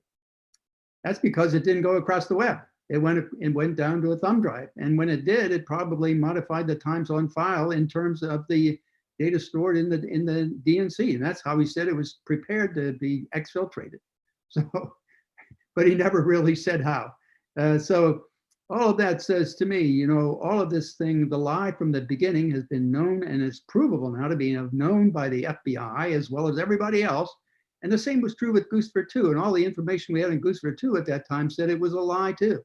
And all the evidence we could find in terms of what happened with the data in Guccifer 2 and all of that, in terms of the modifying the data and stuff, all of that pointed back to CIA as the origin of Guccifer 2. And the timestamps all said that it was occurring somewhere inside the United States, on the East Coast primarily. But it's still, the use of that Marble Framework program being said that in WikiLeaks in the Vault 7 materials said it was used once in 2016, and we tied that with that Guccifer 2 material that he posted on the 15th of June of 2016. And that clearly, again, and that was also found later on, published by WikiLeaks in the Podesta emails. And in the Guccifer 2 emails, the Russian fingerprints were there, but in the posted WikiLeaks data, those fingerprints were not there, which said that Guccifer 2 inserted them. And that's typical of what the Marble Framework program did. And Vault 7 said it was used once in 2016. We said, well, there it is. And it all points back, CIA was the origin of this. Now, I told this to Pompeo when he was director of CIA. I said, all these agencies are lying to you and the president. And, and he said he couldn't believe that because he thought, well, all these are good Americans here. Well, he's finding out they're not. And it's coming out now more and more that we have a real corrupt set of criminals in charge of our government down there, and they're the bureaucrats. They're not the elected people. They only go along. They go along to get along internally in the government. The real bureaucrats are the ones running the place, and that's what the IC and all of this has been about. So, and the election fraud. This is the other issue I wanted to address. About June of this year, we sent I think it was 54 registered letters to all the secretaries of states of all the states in the United States and Guam and Puerto Rico and 2 others, saying that there are ways to fix the and validate and rely on a real outcome of accurate count of any voting process, and we would love to talk to you about it. Well, we heard from 0 of them. None of them responded whatsoever. And so now this vote came along, and you see this video of people stuffing ballots into the voting system after hours after they threw everybody else out. Why? They didn't want them to notice that, but they didn't realize they were being photographed by a camera all the time. So after they threw the witnesses, the press, and the Republicans out to monitor the voting counts, after they threw them out, they pulled these things out from under the table and started throwing them in the machine. Well, so if you went back and we were advocating looking at bulk information on those ballots and also using things like census, US phone white pages, yellow pages, Social Security dead lists of dead people, and also those who have Social Security numbers and so on, and using all that data, just crunching it together and saying, here's the reliable, valid data of all eligible US voters in the country. And so we could, by polling place, say, here are all the eligible voters that can come in and vote in your country. And if we had taps on all the voting as it occurred, we could monitor that as it occurred in real time, not after the fact. There's none of this late counting or that crap. Everything would be done right there. And it would be done once for every valid person, no matter where they were living, in what state or whatever. They could have moved, they could be in different places, but they were allowed to vote one time. And that we could have figured out. And so we went and started looking at some of this data that some of us had access to, and we found that in the case of, and I tweeted this out, in the case of Georgia, there were almost 2 million people with the same birth date of 1 January, different years, but the same birth date. Now, if you just said, okay, there should be an equal number of people born on any given day of the year, that's 365 times almost 2 million, which is like 730 million people must live in Georgia. So that tells you there's something wrong there, but that doesn't say these people are guilty or anything, and these ballots are bad. It says you need to look at them to verify. Now, you look at other things like clustering and a time of input, like those people that input all those files after they threw everybody out and then started throwing these ballots from under the table into the vote counting machines. They should cluster in time. And if that happened, then a cluster in time showed that commonality with all these birth dates of 1 January, then you know this is just more additional evidence of fraud. Now I'm sitting here, I'm asking myself, and I'm going to have to start tweeting about this, because where's the FBI? Where's the Department of Justice? What are they doing? Why aren't they investigating these people who are perpetuating this fraud on the voting? I mean, they should be going after Title 18, Code 8, U.S. Code 52 is the one that deals with election crimes. Why aren't they pursuing this? This is obviously some criminal activity going on with the evidence of that video. Why aren't they after those people to find out? Another thing, the guy in the center of it that seemed to be the central point of it was on the phone after everybody was thrown out. And then he hung it up. And then after they got all the votes and ballots in, he got back on the phone again after it was done. And then they left. Well, that says that it might be we're starting the action and then we're ending the action, and he's talking to somebody else. So who is that? Well, let me tell you, NSA's got a record of all those phone calls inside the United States. And they could probably even get back to exactly what was being said and do a translation of that and follow and trace the entire social network of all the people who were involved in these states. They all closed down about the same time, you know, roughly, to throw everybody out. And then all of a sudden these massive amounts of data ballots came in after the fact, and then it all tipped the balance back to Biden. So this is further evidence of a coordinated conspiracy to subvert the election. And that phone call could trace out and get the basic input as to what these people, who they were involved with to do this and to achieve this. And therefore, by the FBI and so on, putting pressure on them to squeal and let it and open up the rest of the conspiracy, why all these people should be put right into jail for violating the law. And not only that, I mean, it's just unfathomable to me that Americans would do this, would actually turn us into a banana republic. This is exactly what Stalin did and all the dictators and the banana republics do. You know, let's fix the voting. As Stalin said, or is attributed to him anyway, doesn't matter who votes or how they vote, only matters who counts the vote. And that's what we have here. Thank you very much, Bill.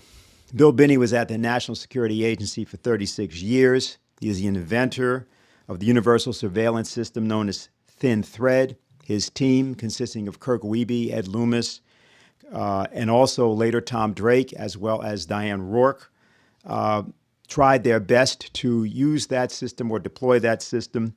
It was capable of preventing the 9/11 attacks from occurring had its use not been discouraged by Michael Hayden and others at National Security Agency at the time. Ed Snowden and others have spoken of Bill as a pioneer in the pursuit of truth against digital dictatorship. We thank him for what he does and what he's just done. What we're now going to do is go to our full panel, and who with us we'll have Harley Schlanger, who you've just heard, Dave Christie, our two attorneys, Marino Elsaviv and Dave Meiswinkle, and Helga Zepp-LaRouche, and I'm joined by my co-host, Diane Sayre. So we've got everybody there, and I'd just like to first ask for the various people on the panel what observations they may have, what reflections in terms of all of what you've heard, and also what has just been said. So Helga, I'm going to start with you, and then we'll go around and get others. Well, I think that all of what has been said requires further follow-up. I think the idea that this is a settled question obviously will not hold.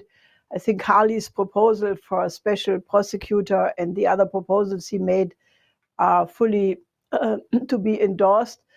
And I think, you know, the outcome of this is not a question pertaining to the United States alone, but, you know, I mean, if the United States goes in the wrong way, then I'm afraid this will have implications for every corner of the world. So therefore, I can only encourage as many people as possible to get engaged in this fight, because it does affect the future of us all. Okay, let me go to one of our attorneys. Dave Meiswinkle, you have anything? Yeah, no, I agree with the sentiments of Helga. I think we've hit the fork in the road. And as the famous New York Yankee baseball player Yogi Berra would say, when you hit the fork in the road, take it, which means that we have to decide what fork to take. Unfortunately, we're being dealt from a deck that's not doesn't have integrity. So this is, I think, bringing to the forefront, though, a lot of sentiment of people that they maybe don't even know. They're being sensitized to their roots as Americans and the entire American experiment having to do with democracy and freedom in the world, and us being a beacon of light for the rest of the world. That certainly will become dim, if not reversed here. So it takes now the time to get down in the trenches, so to speak, and reformulate, just as you're doing here in this program, the strategy to go forward. But I think now these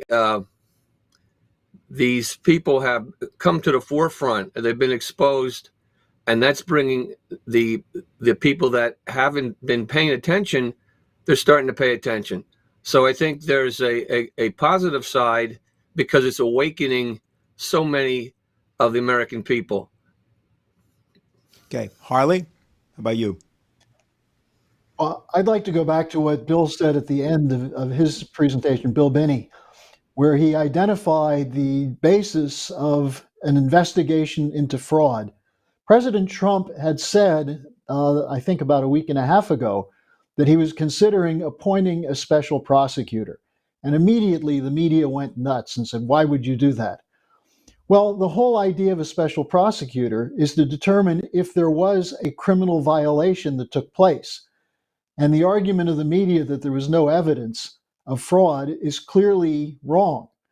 And it's so wrong that that same media is trying to censor any discussion of it.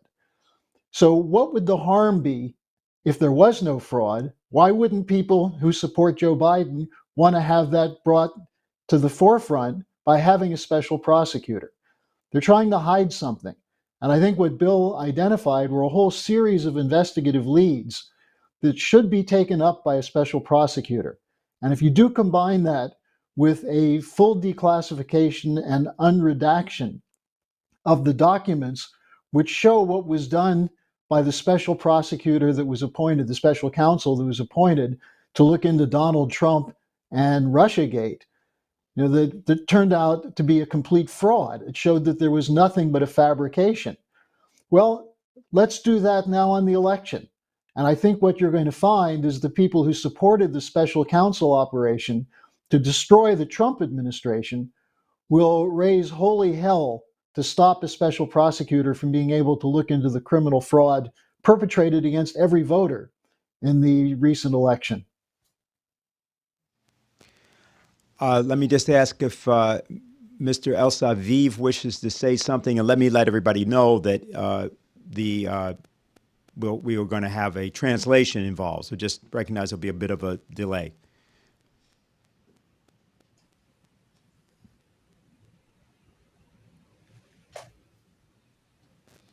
Sí. Buenos días. ¿Me escuchan? Good morning. Can you hear me? Yes, we can now. ¿Me escuchan? Yes.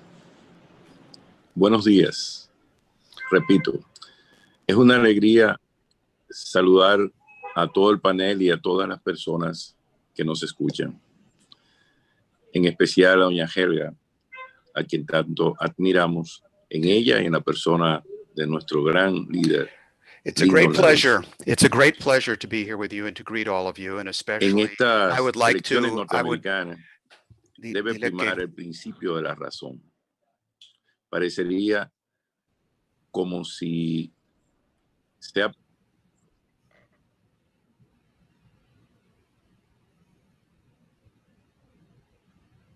okay. Marino, puedes hemos perdido el principio de la... Marino, empiece de nuevo. Sí. Muy buenos días a todos los miembros del panel y en especial a doña Helga LaRouche.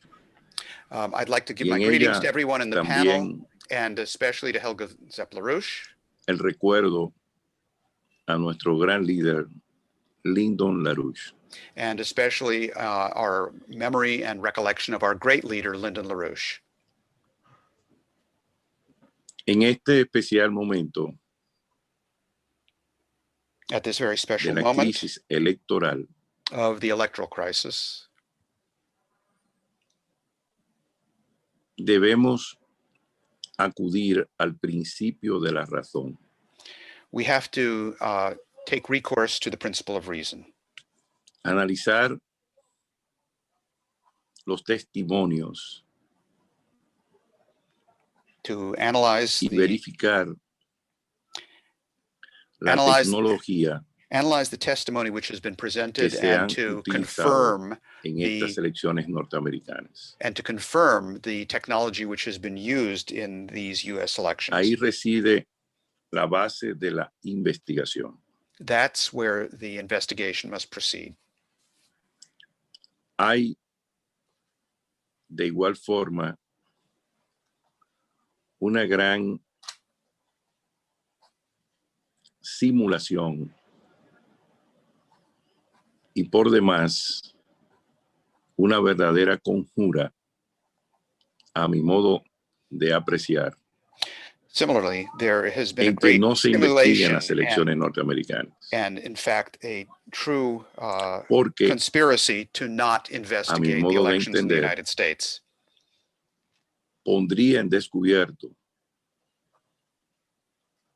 a los actores tecnológicos y a los hilos dueños de esa tecnología que han interferido el voto del pueblo norteamericano.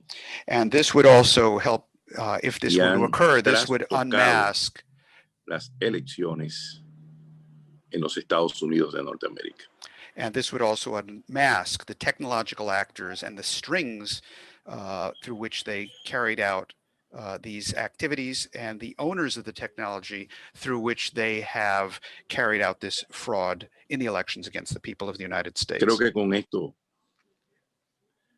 aparte de lo que había dicho al principio, es mi intervención y estoy dispuesto a cualquier pregunta que pueda surgir del plenario de esta reunión virtual. So these are my comments for now, in addition to what I said at the beginning, and I am happy to answer any questions that may come from this plenary gathering of this conference. Okay, thank you. Dave Christie. I'd just like to make one point, just concerning some of at least what I covered, relevant to where we're at right now. You know, many of these kind of academic circles that develop these different aspects that, you know, social network analysis, so forth, the layers around Tavistock and so on. You know, obviously these tools are then used by the intelligence agencies, the very support of these kind of private and academic circles often would come from the likes of the Rockefeller foundations and the kind of oligarchical interests that were interested in exploiting these kind of things. I think, though, that for some of those academic circles and so on, they may have a motivation which was often referred to as to fight against what they called the authoritarian personality. And then the way that the means by which to fight against the so-called authoritarian personality, which, you know, oftentimes these academic circles were, you know, promoting these ideas and so forth in the wake of the, you know, fascist movements of Adolf Hitler, Mussolini, and so on.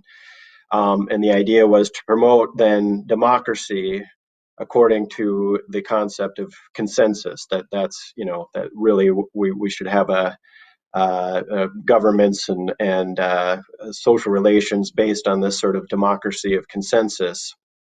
And whereas this authoritarian personality concept was sort of applied to the dictators, it really is applied to anybody that exerts any sort of leadership based on actual principle. And I think that what you're seeing in terms of the nature of these color revolutions, as they, certainly going after Donald Trump, but similarly are going after the kind of leadership that is being exerted by the likes of Vladimir Putin, Xi Jinping, other leaders around the world. And I think that we should just recognize that a lot of this idea of consensus and sort of being a part of the herd and so on, that this first off, we're not a democracy in that sense. We have a democratic process, but we have the principles of our republic, and it is a leadership principle to exert leadership based on those principles. That's really what's under attack here. And I think through these kind of digital means and so on, social media, so on and so forth, and that what is required now, and certainly we are seeing this, is the individuals who are standing up against what's occurred around this election fraud. But that ultimately is what is required to save this republic, is that personal leadership. And certainly, I think Lyndon LaRouche was probably one of the greatest expressions of that quality of leadership. And certainly the moniker of authoritarian personality was often used against him. And so I just think that people should just have a sense that it's that what is required to save this republic is that quality of leadership based on principle now. Before we, Bill, we're going to ask you for any closing remarks before we go to the next person. So if you've got anything, Bill, to say in response to what you've heard or anything else that you want to make sure people know. You're muted. Bill, you're muted. Well, I just think that the idea of having a special prosecutor before, if President Trump has to leave office, why he should have that set and started and in place, and make sure that and put it in such a way that they can't really get rid of it, because it'll be too embarrassing, I guess. I don't know. Actually, the people involved, I just think there's just too many people. If you get the FBI, the CIA, the NSA, the intelligence community, and many members of Congress, as well as even in state governments, to organize this kind of fraud on a large scale like this across the entire country and coordinate the closing down and actions that followed after the election. Why it's just, there's so many people involved here. They all are trying to cover up for each other. That's what the FBI is doing. That's what the entire administration's been doing. This whole government that we have really needs to be cleaned up. It's really criminal. And we really need to start doing something. That means, if it means creating a new party to get rid of the Democrats and Republicans, both of them, then we have to do that. But we, the people, have to stand up and start doing it and take our country back. Thank you very much, Bill. Thank you very much for being with us today, and thank you for everything you've been doing. I just want to say, because some people asked me to do this again, is to make the point that the collected works of Lyndon LaRouche and the LaRouche Legacy Foundation has the first volume out, are a project that we're centering a lot of our work on here at the Schiller Institute. And so if you want to get in touch with us around that, you see at the bottom of your screen how you can do that. It's available and for purchase. One volume, I think, is $50. Two of them are $75 each. And you can find out more about it. And also, for those who are asking for how to ask questions, it's questions@schillerinstitute.org. So we welcome questions, and you can certainly get to us there. So I think we've got our second person who is up, who I believe is Leah Hoops from Pennsylvania. Is that the case? Okay, we're going to take a minute here just to bring her up. Yes, you're still muted there. My apologies. Is it okay? I prepared. Yeah, now you're all right. It's just going to take a minute or two. Is that okay? Yeah, we can hear you. Okay. So thank you again for allowing me to participate in this discussion, and to the Schiller Institute for the fight for reason, logic, democracy, and scientific advancement to ensure the prosperity of mankind. It's an honor to be among all of you and your great minds. Much like myself, Lyndon LaRouche, and anyone who challenges the system, we are labeled a conspiracy theorist. This is nothing short of fascism. My input is directed at election integrity and the importance of taking back the power of the republic. I'm a United States citizen witnessing the moral corruption, gaslighting of truth seekers, and violation of civil and constitutional rights. It is not only important to speak up about these issues, but also to unite, collaborate, and create alliances, as the solutions to these problems are in benefit of those around the world. What has been transpiring over the past 4 decades is the lack of consequence in the circumventing of the Constitution, both of the United States and in my own state of Pennsylvania. These constitutions were actually developed at the very same time and serve to protect individual liberties and the separation of powers. The abuse that we're seeing in the separation of powers in my state specifically is the removing of the right to due process, the abuse of the separation of powers, and the right to petition and freedom of speech. As of right now, the executive branch and judicial branch in my state have created election laws under the guise of a pandemic.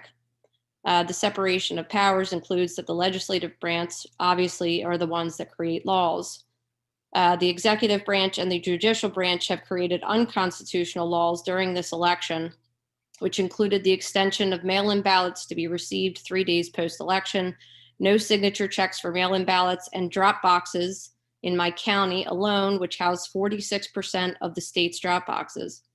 Every time the process is watered down, and the more hands that touch these ballots and these laws that are created to assist with the fraud, increases the vulnerability of fraud in itself. This disenfranchises every voter and citizen. Voting is a privilege and is not supposed to be convenient, but secure, transparent, and follow law passed through legislation. Violating the Constitution at this point has had absolutely no consequence, and any avenue or constitutional path for recourse for a citizen has been blocked. My right to petition is being turned down by a majority and rogue PA Supreme Court. Some branches of law enforcement that are to assist in my ability to observe and challenge questionable votes have stood down, and an attorney general of my state who sent 2 special agents to my home unannounced felt like intimidation. He actually made a quote this morning in response to the Texas attorney general. He said, and he quotes and quoted, "The court should not abide the seditious abuse of the judicial process and should send a clear and unmistakable signal that such abuse must never be replicated." So my question, why hasn't there been an investigation launched by my attorney general? Why haven't those accused been exonerated? How do I turn to an attorney general and judicial branch when we are being intimidated, told we are seditious, and to keep our mouth shut? This violates my First Amendment right to speak and to petition and due process. At this point in time in the United States is just another banana republic. What better way to take over a nation and to take away freedoms than to remove civic education from public schools and higher education systems? Only 26% of Americans can name the 3 branches of government, and many do not understand their role. Much like Hitler, our youth is being bombarded with socialist, communist, radical ideology and creating mindless foot soldiers, all the while becoming comfortable in their servitude. So what is the path to the way back? It is straight through. The United States needs to take back education and fight back against the suppression of speech by big tech. We have created a vulnerability in our educational system and need to save our youth. I propose to make mandatory civic education for kindergarten through 12th grade, and to find and remove any professor that promotes radicalized ideology that promotes the destruction of the United States. What am I doing on a small scale? With others, I've created a grassroots organization, and we are mass filing what is called a Title III complaint. All complaints that violate the Help America Vote Act. This act was passed in 2002. It was a sweeping reform to the nation's voting process to address voting systems and voter access. Every state has a path for citizens to file these complaints, but the majority of the population is distracted and uninformed. The uninformed are helpless, and they are easier to control. Our goal is to give back the people a voice, a path of recourse, and to educate citizens of the power we have as individuals. And an independent and informed mind is not easy to control. We are at a precipice in the world, the decision to lay down and die or fight back for independence. We should strive to take care of one another while still respecting individualism and to ensure that the free world and democracy does not fall. Thank you for your time and efforts. I appreciate everything you all are doing. Before the panel answers, I want to bring up another witness from Pennsylvania, Glenn Stenholm, and I believe that his affidavit, and I should say about Leah, that she's one of the people in Pennsylvania that's now organizing what's called the Citizens Commission for Truth in Elections. So if we have Glenn, I understand he has a short period of time to be on. So can we bring him on? This is Greg Stenstrom. Thank you very much. It's close. I appreciate being here, and I appreciate everything that's been said here. I want to say that I think Leah and I share many of the same sentiments and same experience. I was one of the people that Leah recruited, and it's been an awakening.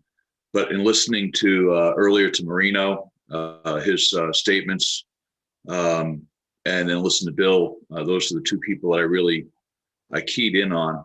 I think what we can do as a republic and as citizens, and I think one of the things that Lyndon LaRouche did, is one of what I think is among the first libertarians or modern day libertarians, is what our job is to give other people courage. People like the panelists here, Leah, myself, what I see our job is to give people courage to speak up.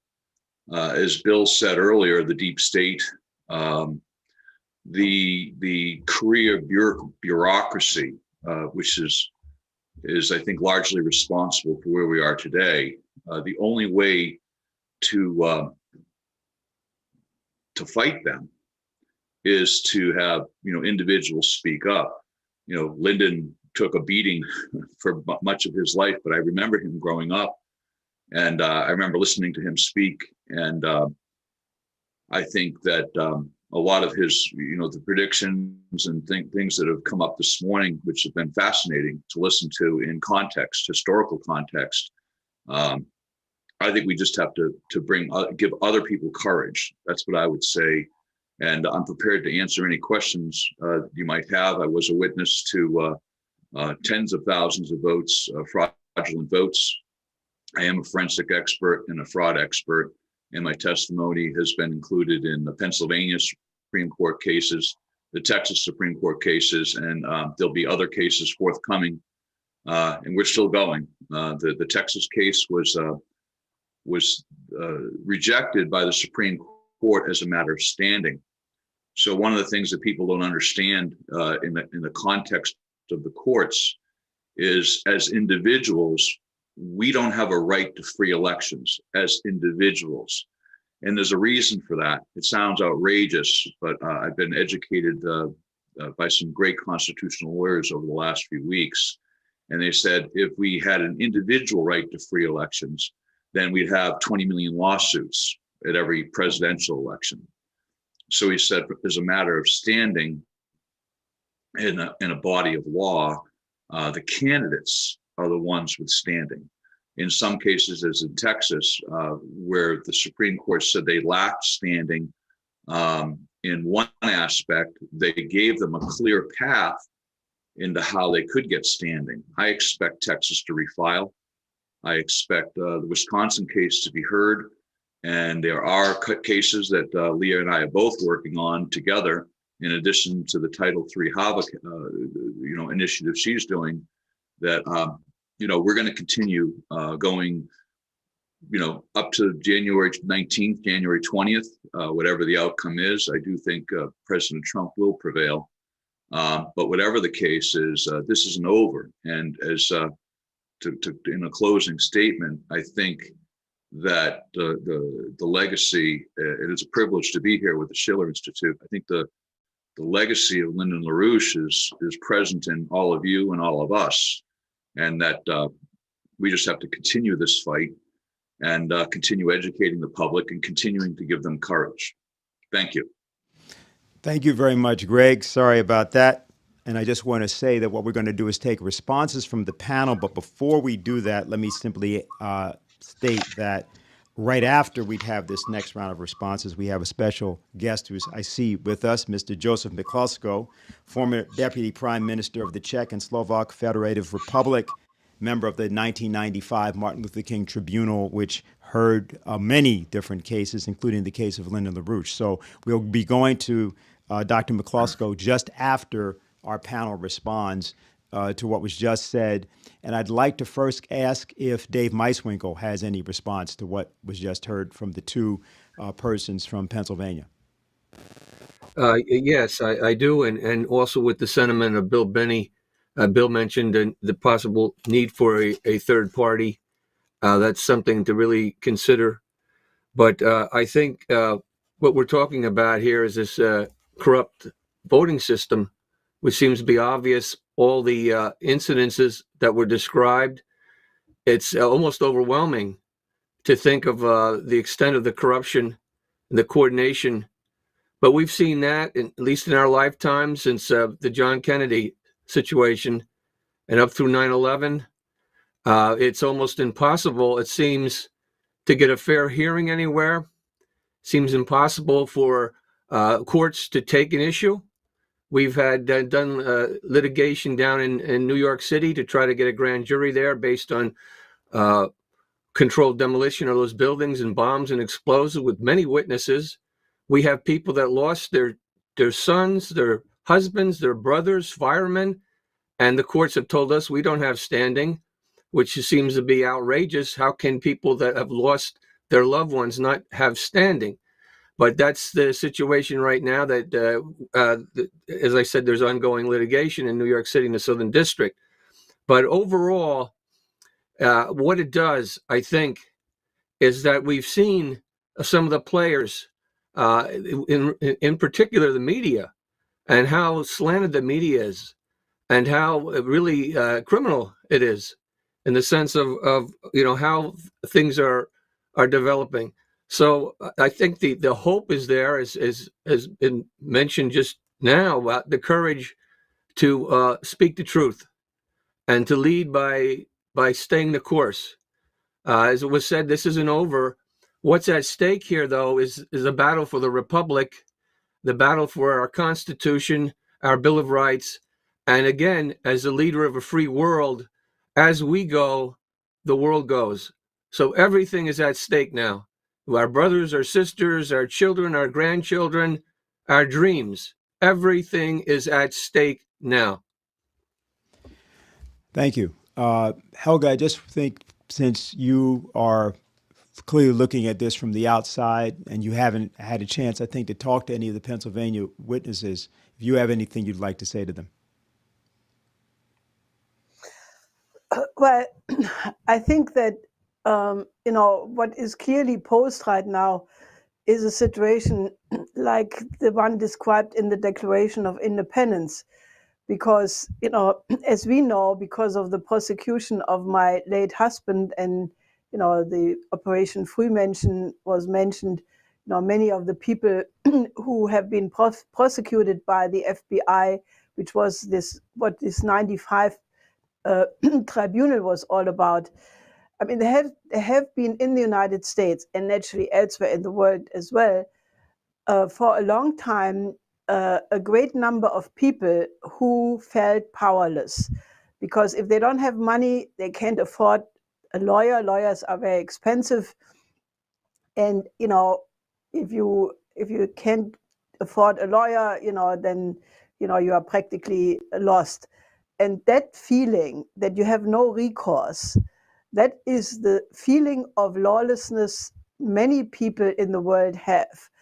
Now, if the beacon of hope and former temple of liberty, United States, is losing that characteristics, I can only repeat, it has meaning for the entire world. And therefore, the condition which is mentioned in the Declaration of Independence, that, you know, for the stability of the government and so forth, you may be forced to endure a condition, and I'm now paraphrasing it, the Declaration of Independence says it much more beautiful, you may be forced to endure a condition like that for a very long time. But then comes the moment where it becomes intolerable, and then you have to actually stand up and change it. And that is exactly the same idea what Friedrich Schiller describes in the beautiful drama Wilhelm Tell, in the famous Ridley Oath, which is almost identical in terms of the formulation with the Declaration of Independence, where he says, when such a condition arises, you have to reach into the stars and touch those inalienable rights which are hanging there eternally. And I think it has that historic and ontological, almost ontological dimension, that you are touching upon something which, you know, has to do with the laws of the universe and justice, and can humanity continue to exist. So I think you expressed it already very well, but I think it has that dimension, so you should think about it. All right, I'd just like to know, thank you. Is there anyone else from the panel that would like to respond to the two witnesses? If not, we want to thank you both for what you had to say, not only for what you're saying, but what you're doing. This idea of a citizens commission for truth in elections that now becomes a permanent mobilization of the American people is essential. And since I'm also originally from Pennsylvania, I certainly have a particular interest in this. We know about Ben Franklin and we know what he did. And we know that there's something like that that's going to have to be done by us independently. Again, even I'm the moderator, not supposed to editorialize. I thank you very much for we thank you. Yes. Thank you very much. It's been a pleasure. Thank you. We'd like to hear now, if we can, from Mr. McCluskey. Do we have him there? We're going to bring him up on this. We'll just give us a moment here. And as we said before, he is the former Deputy Prime Minister of the Czech and Slovak Federative Republic. He was a longtime associate, actually, of Lyndon LaRouche and his cause. Helga mentioned the 1995 Martin Luther King Tribunal, exactly 25 years ago, which heard a series of cases involving the harassment of black elected officials, an FBI operation called Operation Frumention, involving the case of Lyndon LaRouche himself, and other cases that were discussed at great extent at that time. And so Mr. McCluskey knew Lyndon LaRouche very well. He's with us here now. So, Mr. McCluskey, go right ahead. We're happy to hear from you. Thank you very much. I maybe make also a small remark for this lady about this rehabilitation. I should speak about it in my speech, but in Slovakia, we had in 50s and 60s past century, especially in communistic time, about 70,000 people politically persecuted and given to the jail for altogether more than 100,000 of years. Maybe today live from them 1,000 people, but after Velvet Revolution in 1989, all these people were rehabilitated, not very much financially, but morally, 100%. I think that also in United States must come the time that such a person like Lyndon LaRouche should be full rehabilitated. In my speech, I shall probably more speak about it. And I think that President Trump has just 1 month to make this historical decision. They are brother and sister and friends. I'm from Slovakia, from small town near Bratislava, Svätý Jur, San Giorgio, father of 4 children, 12 grandchildren, and 7 grandchildren. I'm old man, and my English not so good. Maybe German or Russian or Italian would be better. But after suggestion of Helga, I should speak English until I try to do it. Lyndon LaRouche, my old friend, was a politician, economics, mathematician, and musicologist, and 8 times US presidential candidate. I met him 17 times in America, in Slovakia, Germany, and also in Italy 2 times. The first interview lasted 6 hours and took place in a prison in Rochester, United States, where he was sentenced to 15 years in prison. His parole in 1994, after 5 years, I learned probably as a first in the world. He immediately visited Slovakia for the second time in 1996. He was a generator of new ideas. His predictions about the development of the world are fulfilled. I have never met a more educated person in my life.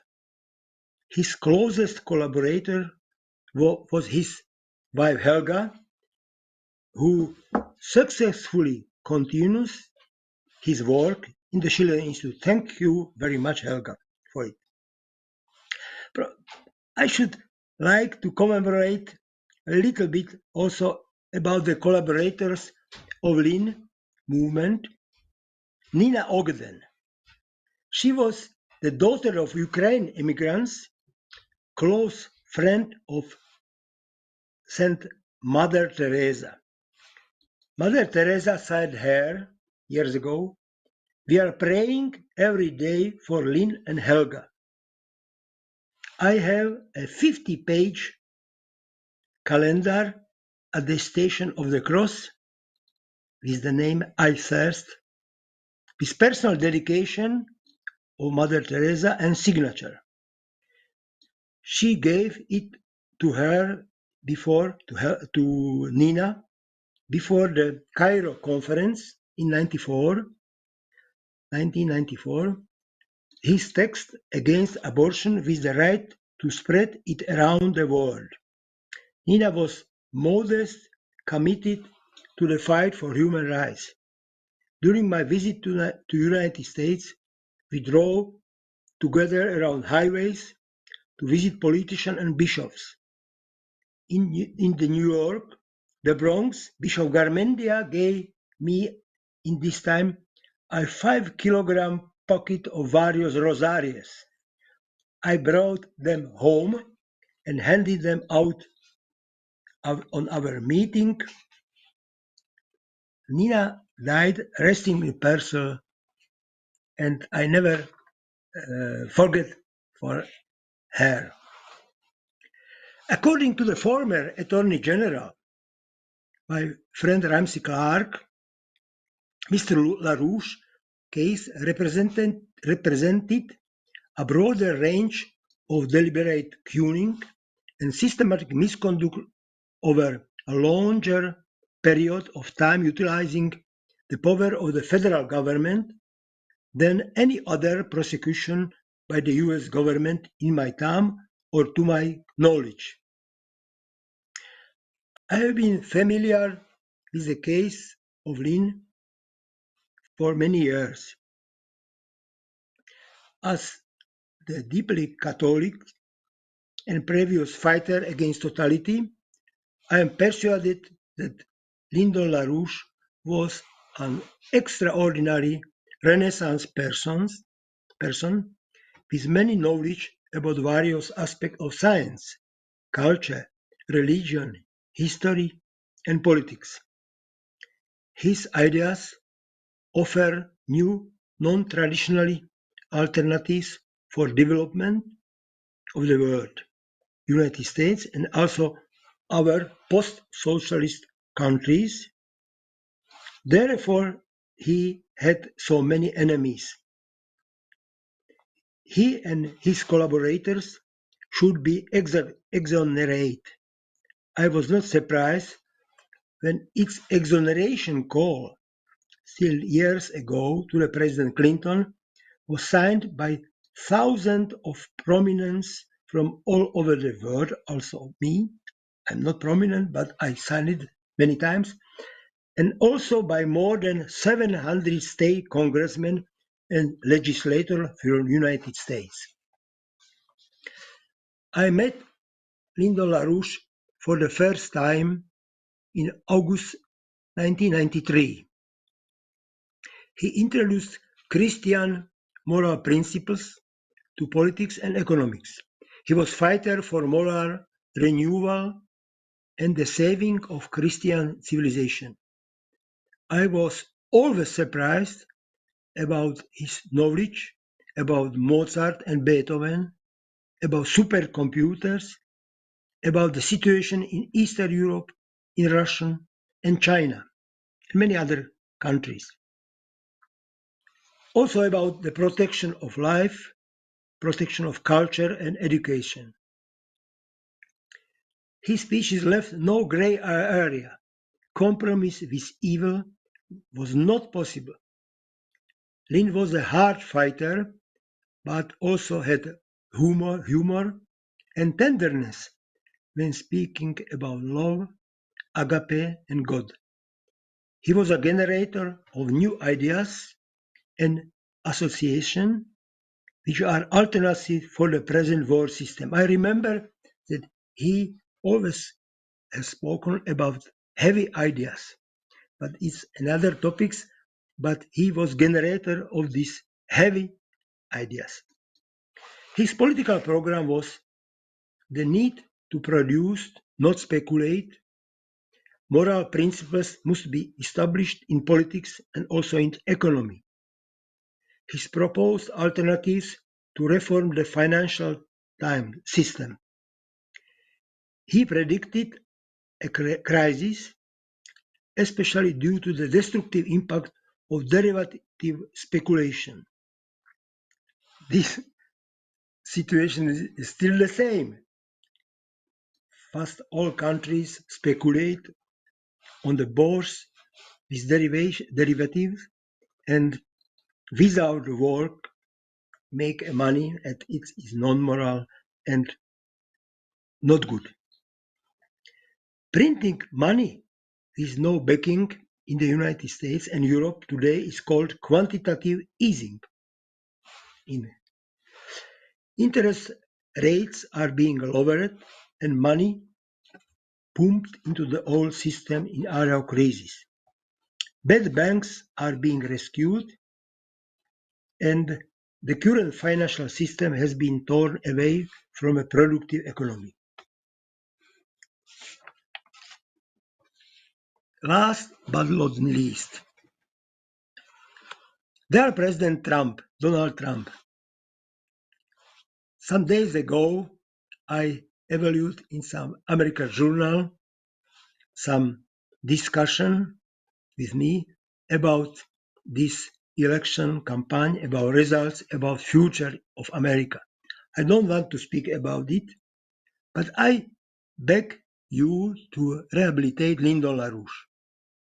You nominated Christian judges to the Supreme Court, and as the first American president, you were on the March for Life, where you said, every child is a precious and sacred gift from God.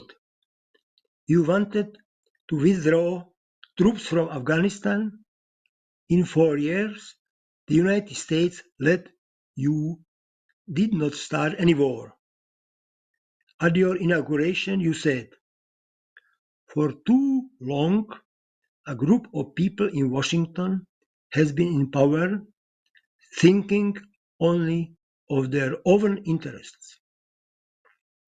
You also said what others did not say. Almighty Creator, the Bible says how good it is for God's people. They live in unity, and typically may God bless America. Please rehabilitate Lyndon LaRouche. And on the end, my honor memory for him and pray for his soon rehabilitation. Thank you very much. Thank you very much, Dr. McCloskey. Thank you very, very much for that. I hope you can stay with us for a bit. We want to go right now to the co-founder of Action for Assange. His name is Andrew Smith, and he has a bit of a schedule problem, so we're going to try to get him in and then get back to our discussion. So go ahead, sir. Yeah, I just want to start with I appreciate you guys bringing me on to talk. It's an honor being able to listen to Bill Binney, let alone speak after him at any event.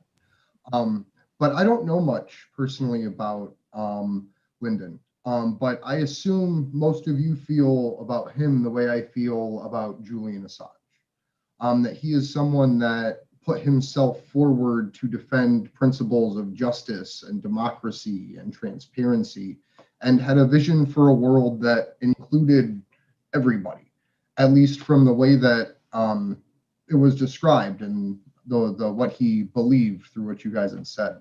But at the very beginning, there was actually a video that you guys played of Lyndon speaking himself.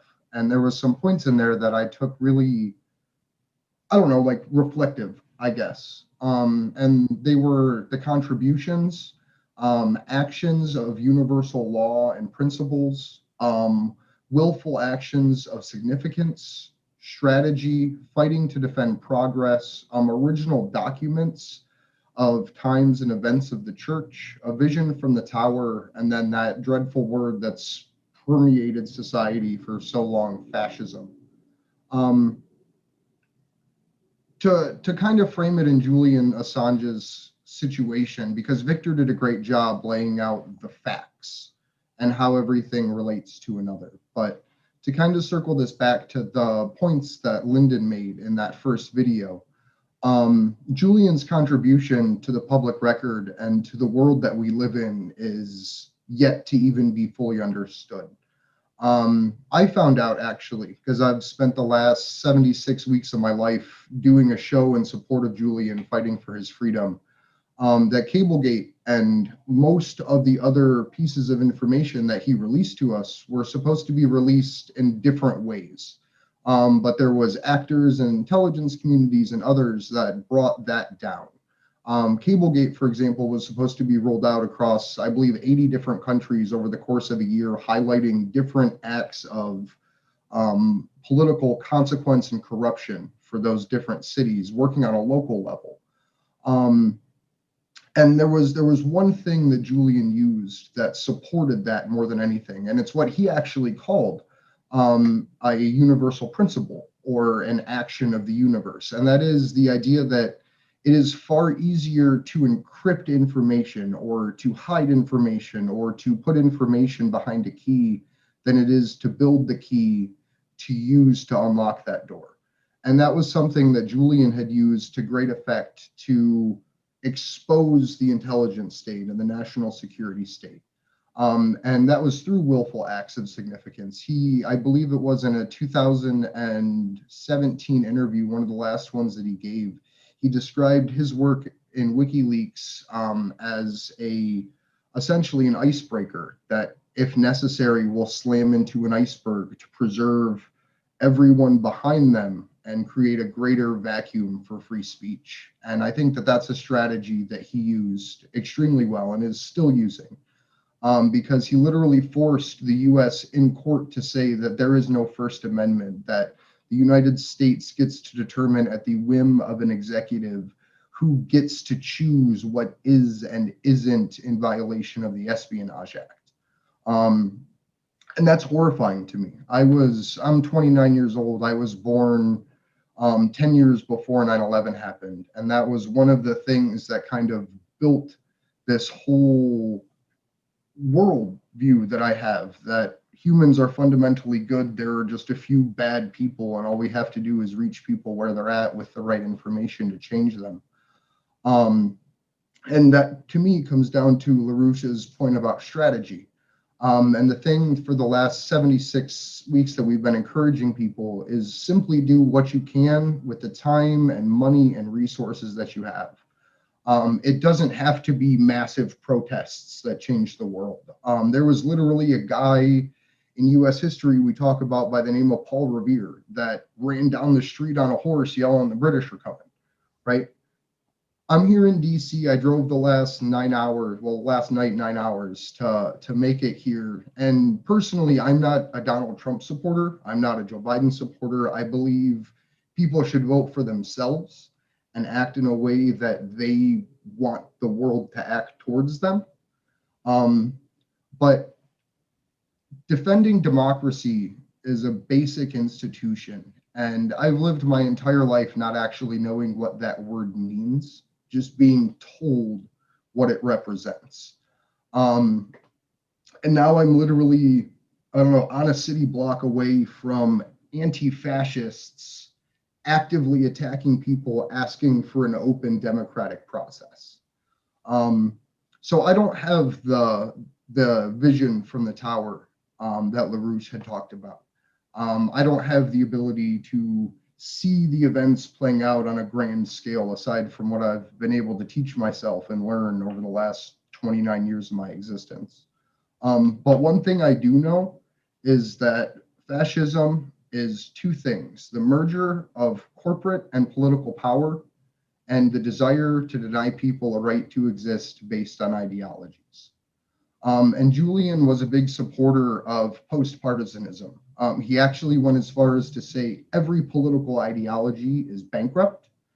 And it's not because there's anything wrong with ideologies, but because we all lack such a basic access to information to even understand what's happening, to take teams for ideologies to even form from it.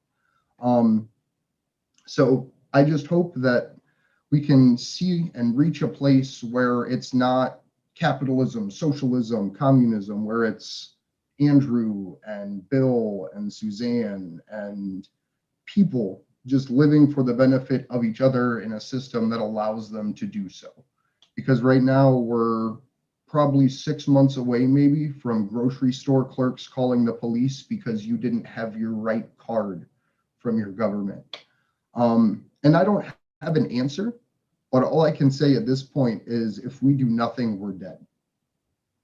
So I appreciate you allowing me use of your platform and to even just listen to this, because it's been enlightening to me.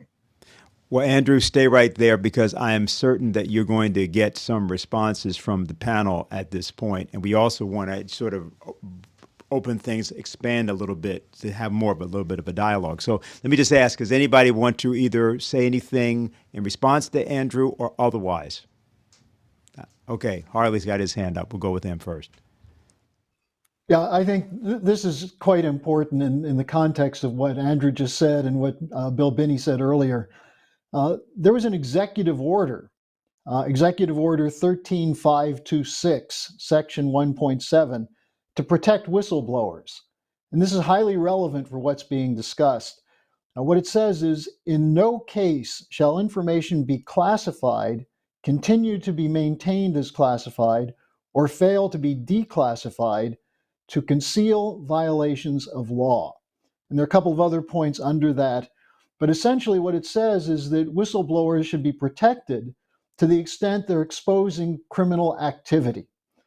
And this is what was done in the case of Wikileaks and Julian Assange, the exposure of war crimes that were committed based on lies from intelligence agencies.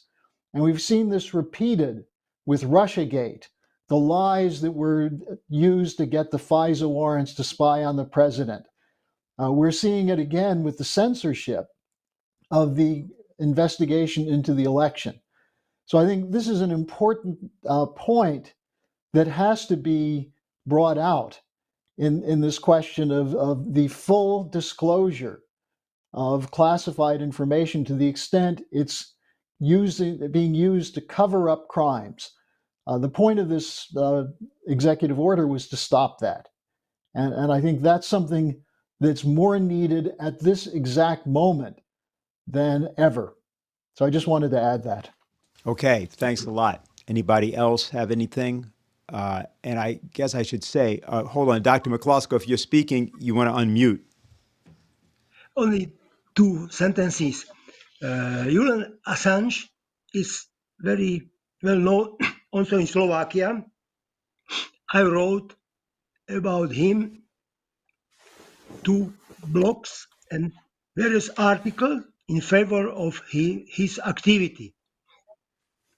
I think that maybe when he should do these things in communism's time, then maybe the Berlin Wall would be fallen 10 years before, as 98, because I think he was very important person, and thank you very much for his activity. Okay, thank you for that. Yeah, Helga. Yeah, I just want to reiterate that, I want to appeal to everybody who is watching this program to give support to the appeal to President Trump that he should personally guarantee the life and safety of Assange and bring him to the United States, because I think every moment his life is in danger. In Belmarsh, there is COVID-19. I heard that the prisoners are not being separated from the people who are tested positive. So there is an immediate urgency.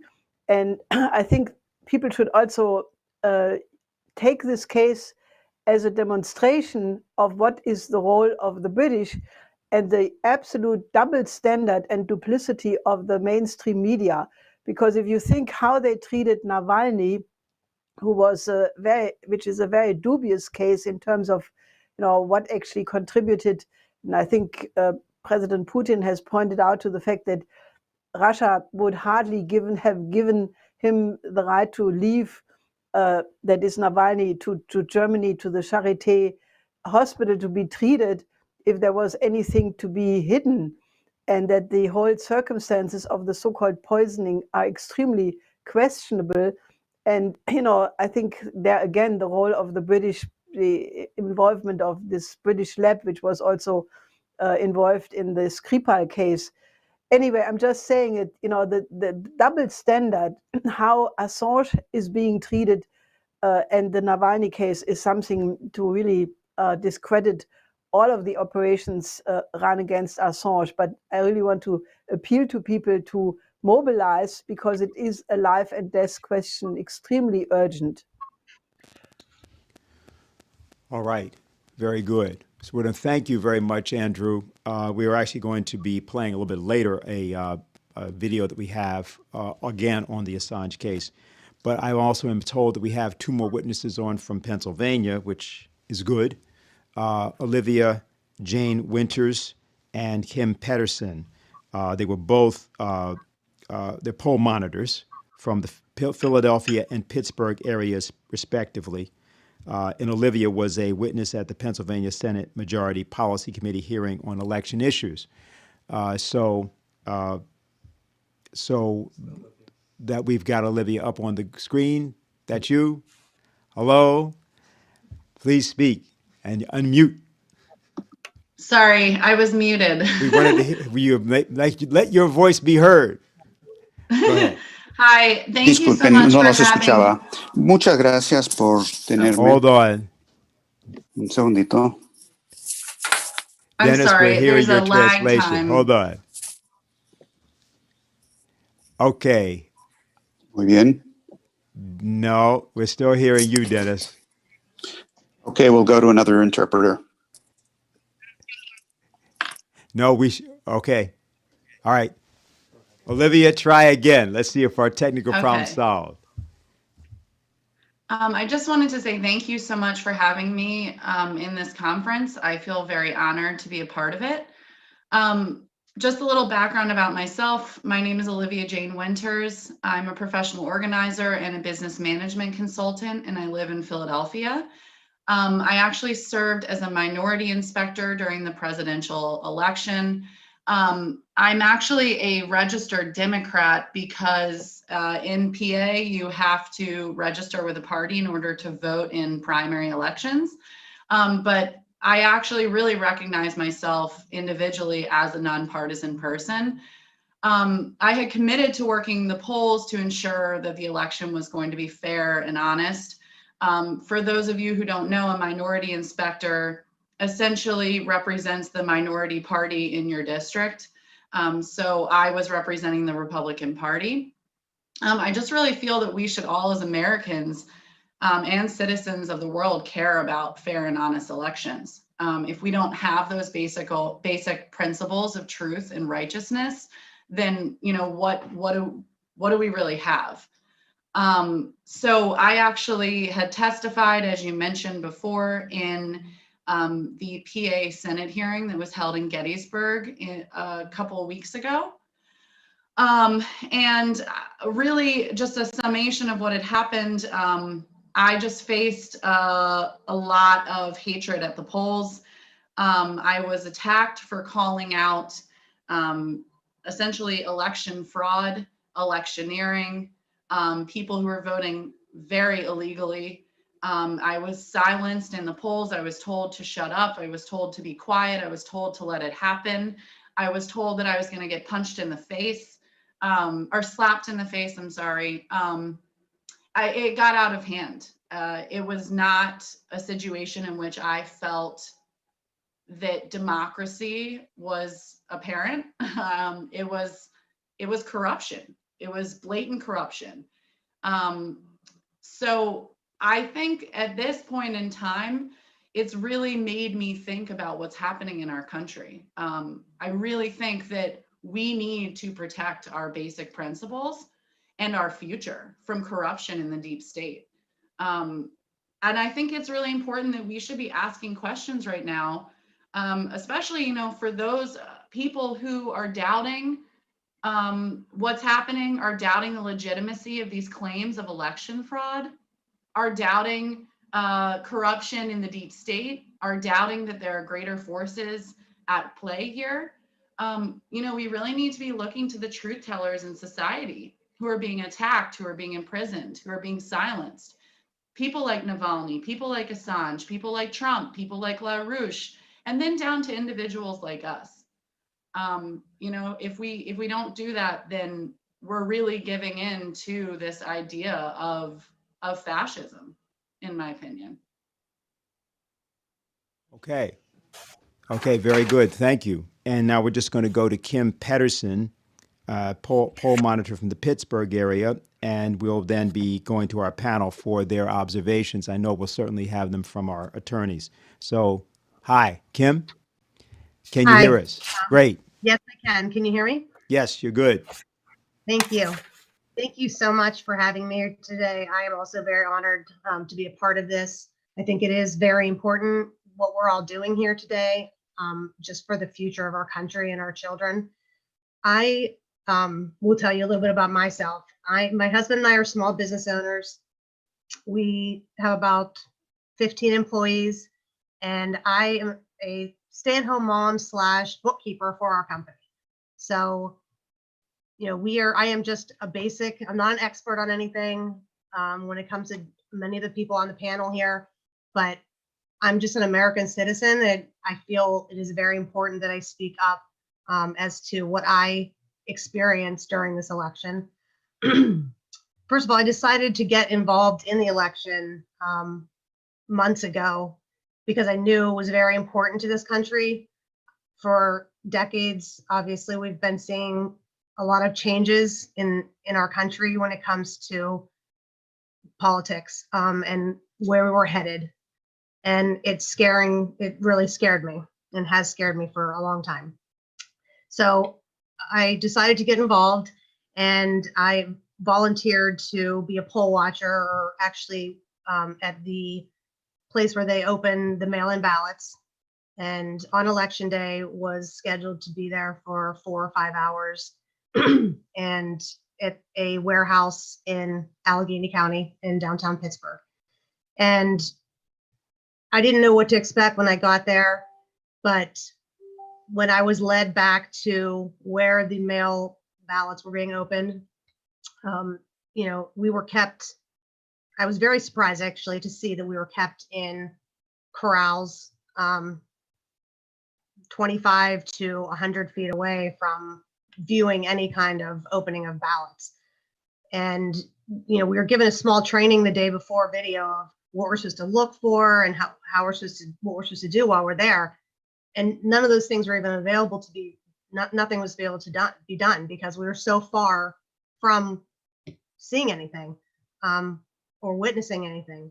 And it was very discouraging. I was very confused and didn't understand, how that was the way it was supposed to be. So I only stayed for probably an hour and a half. I did take a picture with my phone just because I figured this doesn't seem right to me. Little did I know at the time that the Pennsylvania Supreme Court had just changed many of the rules of the election within weeks before Election Day. And this was one of the rules that they changed, that we were to be kept far away from the opening of the mail-in ballots and corralled into a certain area. So that was very discouraging because I do believe that Pennsylvania is pivotal to this country as far as being the state that we are and being the swing state that we are, that we do carry a lot of weight in elections.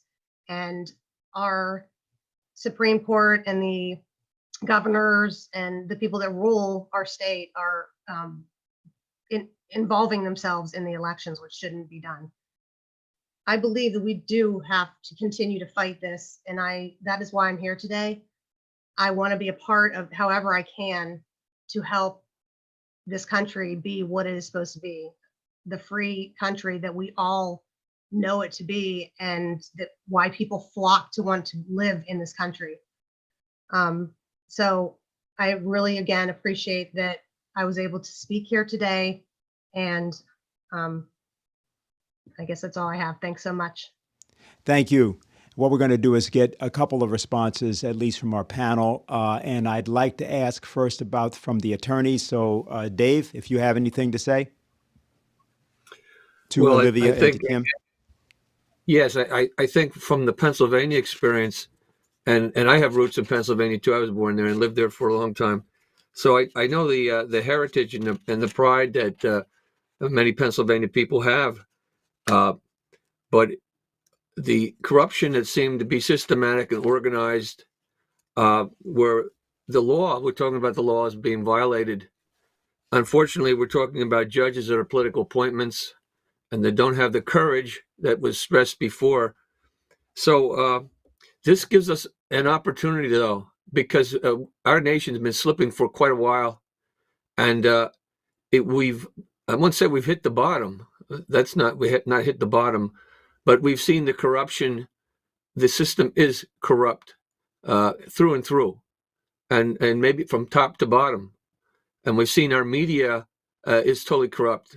It seems that way.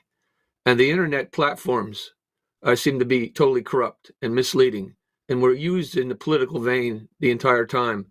So as far as going back to the poll workers, where they have to deal with the hostility, which is it seems to be characteristic of this election and others too, but especially this election.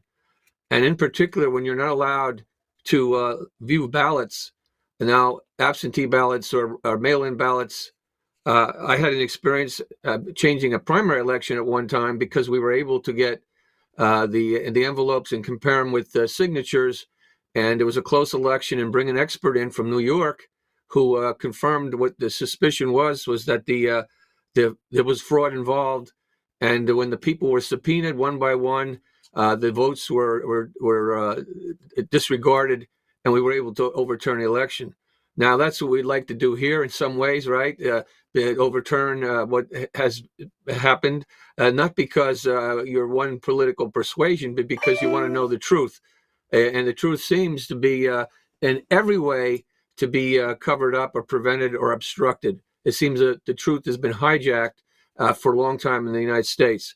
So with the various people that have spoken here, the poll workers, that gives a lot of hope. I mean, that they're honored to be on with us, but we're honored to be on with them, because really they're the grassroots people that work in this election. They see firsthand. They're excellent witnesses. Hopefully someday they may be called into court, and hopefully someday that may be weighed properly by a judge and by a jury or whoever is going to be here and consider it, and we can see the other side. Right now, for most part, the people are just seeing one side, but more and more people are waking up, and that's the really optimistic thing. So people may be down, but we're not out, and we have that heritage to fight back, and eventually we will succeed. The United States so much is pivotal in what we do. So apparently that's probably why a lot of us right now we're here. It's important to be here. Thanks a lot. Let's just get one other response, if we can. Mr. McCloskey, go ahead. Thank you. I think that direct election, like in the United States, are not very good for this country. And 51% majority must not mean always truth. Fate of the world cannot depend on result of one election with possible fraud or swindle. I think that we must speak about other methods of democracy, because this which is now here is not good. And last, greeting to Pittsburgh. I think that this lady was from Pittsburgh. Pittsburgh is the biggest Slovak country in the world, town in the world. Many million people with Slovak origin was this Allegheny country. I was there as a mathematician on Carnegie Mellon University. I therefore remember very much this country, also Slovak there. And our biggest poet also lived there. And after death, his rest was taken to the Slovakia. Thank you. Okay, thank you. So what we're going to do is we have a bit of a time constraint, although we want to keep you all there. We just won't be able to see everybody on the screen at the same time. And I wanted to say, we want to make sure that Professor El Salviv is integrated in, so we're trying to change our technical situation a bit so we can actually get him in. But let's do the following. I'd like to just take a moment. The witnesses, you'll still be there. You may not be seen on screen. And Harley, did you have something you wanted to say, or you just paused there, pensive? No, why don't you go, and then we'll go back. All right. I just want to bring people back to the bigger picture, because these witnesses' testimony is absolutely crucial. But I think it has to be framed by what we'll be discussing in the second panel, the strategic situation. What we have been saying is that there was a coup underway in the United States for 4 years. And what we've seen since the media proclaimed Biden the president-elect is the pulling together of a cabinet, which is a war cabinet, which goes beyond what Obama was doing and what Bush were doing in terms of bringing in the war party, the military-industrial complex, to carry out attacks on other nations. This is what Biden has always supported. And when we talk about a coup, we're talking about a radical reversal of policy. In a sense, what Trump in his election did was try to break from the old Bush-Obama policies, the geopolitical confrontations. And since the proclamation that Biden won by the Associated Press, they've pulled together a war cabinet and an economic team that's committed to this global reset.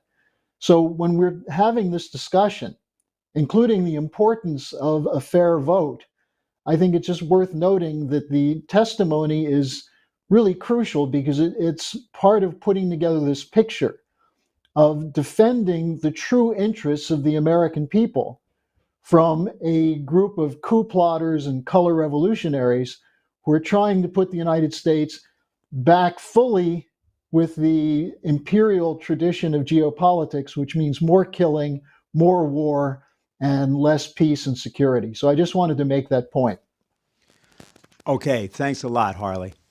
What we're going to do is this. We're going to Diane, who has a few written questions, and then let's hear those first, and then we'll proceed. Diane? Okay, so I'm choosing 4 of these, and I'll just read them all and suggest who might answer them. Other people may have things, and some of them are rather heavy, but I think really belong on this panel because we have to develop an approach to thinking about this that allows us to solve it. So the first question, which may be for Harley and also David Meiswinkle, comes from Mexico. 1, what are the real options that Trump and his team now have to keep the presidency in the face of the fraud and the refusal of the Supreme Court to review the demands of Texas and the other states? Yes, and then secondly, and there was another question about what's happening with Georgia and is there something still live in Georgia as far as a lawsuit? Secondly, if Biden and Harris end up being inaugurated, is there any alternative that can prevent thermonuclear war? The second question, which I think is important because I was also monitoring the YouTube channel during this, and there's a lot on this question of martial law, which Harley, or I don't know if Bill Binney is still on, others may want to answer. Someone writes, there seems to be a dangerous willingness coming from certain corners in the United States that the president suspend the Constitution and implement martial law in order to restore the integrity of the election. Could you please address this issue? And if we are not to use martial law, what other constitutional measures can be utilized? There's a question to Dave Christie. The third question, please expand on what you said to include the Josiah Macy Foundation cybernetics study, which lasted 12 years, and what Lyndon LaRouche's reaction to their trickery has meant for modern history. And then finally, for Helga, which is a tough one, which will be taken up throughout the conference, but I think very appropriate, from Carolina in Mexico. I want to ask you about Schiller's aesthetical letters. Is it right to think that his letters are full of apparently unresolvable paradoxes, yet Schiller resolves them at a higher level? For example, beauty as the resolution of the contradiction between thought and emotion. Is there a relationship of this to Cusa's coincidence of opposites? So let me just review, Diane. So we have a question for Harley and for Dave Meiswinkle. I heard Helga, and when was there one for another person? Didn't hear. Oh, I actually had one that I wanted to ask to Mr. El-Savif. Okay, which is related. So you want to... Sorry, can I just say that? Go ahead. I'm sorry. Yeah. Here's from a young person in Kinshasa. We now hear about allegations of vote fraud during the recent presidential election in America. Vote fraud, that is what we are familiar with here in Africa. America is the most powerful nation on earth, the biggest democracy in the world. Yet how can it now help African countries, otherwise known as whole countries, redress their failures, especially with regard to corruption and vote fraud? Okay, so here's what I want to do. We've got about 15 minutes in which we can take these questions. So I'm going to ask that we go to Harley and Dave first, to Dr. El-Savif next. And can we please make sure on the translation side we keep that tight? And then we go to Helga. Okay, so Harley, you want to start and then Dave pick up? All right, on the two questions, the Trump options and the question of martial law. There are some legal options. You can refile some of these cases. There are still cases that are alive and still moving ahead. There's still an investigation underway, but I think this is why we have to go outside of the existing judicial process, because we've seen that the courts are completely dominated by the fear of stepping outside of the accepted view of the establishment. The justices have proven to be cowardly in the face of this, just adopting the media line. So what options do you have? Well, what I laid out earlier, the full declassification to show what the deep state or the military industrial complex is committed to in controlling the process. Look, a lot of this has already come out over the last few years, but put it all in one package and get it out. Secondly, a special prosecutor that has the ability to file criminal charges, because vote fraud in many cases is a felony. And so I think these are real options that exist that are there for the Trump legal team. As far as the talk about martial law, this is completely unacceptable. You defend the Constitution by suspending the Constitution. The remedies exist within constitutional practices. What's most important is the mobilization to activate a majority of the population to defend the historic traditions of our nation. And the idea that we're somehow going to call in the military, that's what Colonel Black was saying the other side was planning to do to remove President Trump. So I think we have to use all legal remedies, including demonstrations, mobilizations, and additional legal cases. But it's very dangerous to open this can of worms about martial law right now. Okay, very good. Dave, you have anything, or is that enough? Yeah, Harley, he covered a lot of it, but just to say that the historical context, I don't think we've been in a situation. I mean, we were really pressed against the wall. I heard somebody sent me a link last night. Cynthia Johnson, the Detroit congresswoman, who was threatening Trump supporters and calling on the soldiers to take care of them and saying, you know what to do. I know from being a retired police officer, talking to people, that throughout the country, the ammunition is being bought up all over the place. So this, to put it in a real context, this is, both sides are gearing up. Pray to God that doesn't happen, anything violent. We haven't seen that. We've seen it in some of the cities flare up, isolated. But we are at a crucial time. We're dealing with a system that is innately corrupt, unfortunately. But we're asking the laws to remedy the situation. We ask the FBI, which seems to be innately corrupt, to investigate crimes. We've seen what they did with regards to the president when he came in 2016. We've seen what the intelligence agencies are capable of. We've seen that those in power, as mentioned before, the bureaucrats, more or less, run the show to a large extent. From president to president, the same type people are there. The system is the same. The system is pushing now like they've never done before. They have an agenda too. And they have a script. And they're following their script as best they can. Apparently, this president fouled up the script a little bit. And they try to foul him up.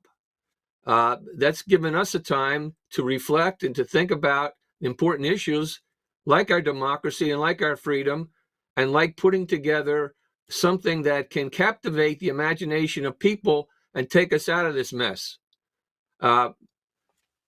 I don't want to be pessimistic, and I'd like to be optimistic to say that this is a hopeful situation, because so many people were unaware that this nation has been held captive for quite a while. And if this awareness bubbles to the surface, we'll be in a lot better shape than actually we were 4 years ago. We'll be in better shape. We know what the problems are, some of them. One of them is the media right away. We know that they distort everything that's put out there, and they're just an extension of the so-called oligarchs going all the way back at the highest level that allows the agenda to be carried out. So, again, to be optimistic, we're here. There's a lot of things that have to be done. Unfortunately, the Supreme Court ruled in Texas, not favorably. Though if the standing question is something that was of importance, if it's refiled, perhaps that would hold up, But I don't know what, of course, none of us know what's going through the President Trump's mind now. He's reviewing these options. But again, we're in a historic time. We expect that this will be handled and somehow it's going to be resolved and everything will be nice tomorrow in some way. And I think, to be honest, we don't know what's going to happen. And Trump is a wild card. So this is a historic time. We don't know. And we just pray for the best. Okay, thanks a lot. I understand. I hold on, Dr. McCluskey. Dave Christie, I think there was a question for you also, so we're going to let you take a minute, but we have to be very quick. We have basically about 10 minutes left. We're going to go from you to Dr. El-Saviv, and then we're going to go to Helga. Okay? So, Dave, go ahead. All right. Well, it's tough to be brief on this one, given that effectively the answer is the LaRouche-Riemann method, that Lynn developed that concept of his, the foundation of his economic theory in reaction to Norbert Wiener and the cybernetics grouping. And just, briefly, they essentially viewed the world in this digital construct of just simply that the human condition is that of a stimulus response, which is a lot of the things that the cybernetics group was looking at. And, for humanity, living in that as an economic system, that's effectively a kind of an ecological approach, or what the modern day environmentalists would view.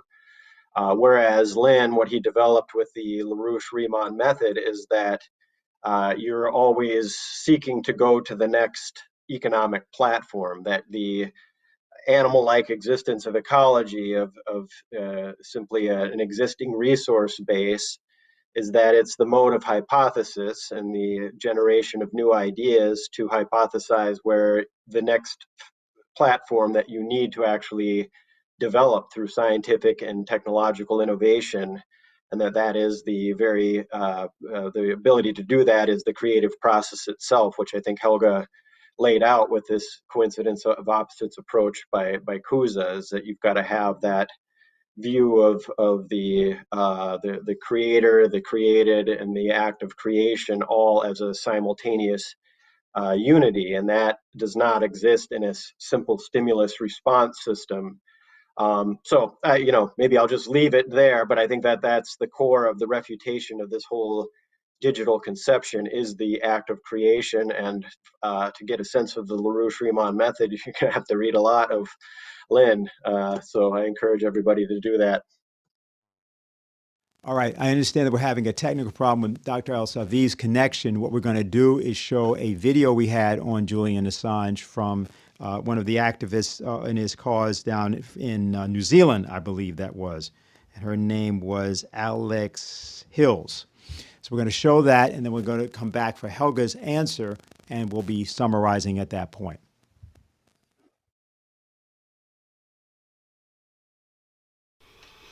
The torture and persecution of Julian Assange is a global attack on our free press. The case of the century is being heard by a military complex entwined judge. It's the death penalty for free speech. I speak as a British Australian as well as a Kiwi, but none of these countries have lifted a finger to save Assange. Even the country that produced this award-winning journalist, Australia, has hung him out to dry. Five Eyes countries specifically have conspired to block and censor information on the trial, and any politicians or media who have spoken out have been deplatformed, removed, mocked, and harassed.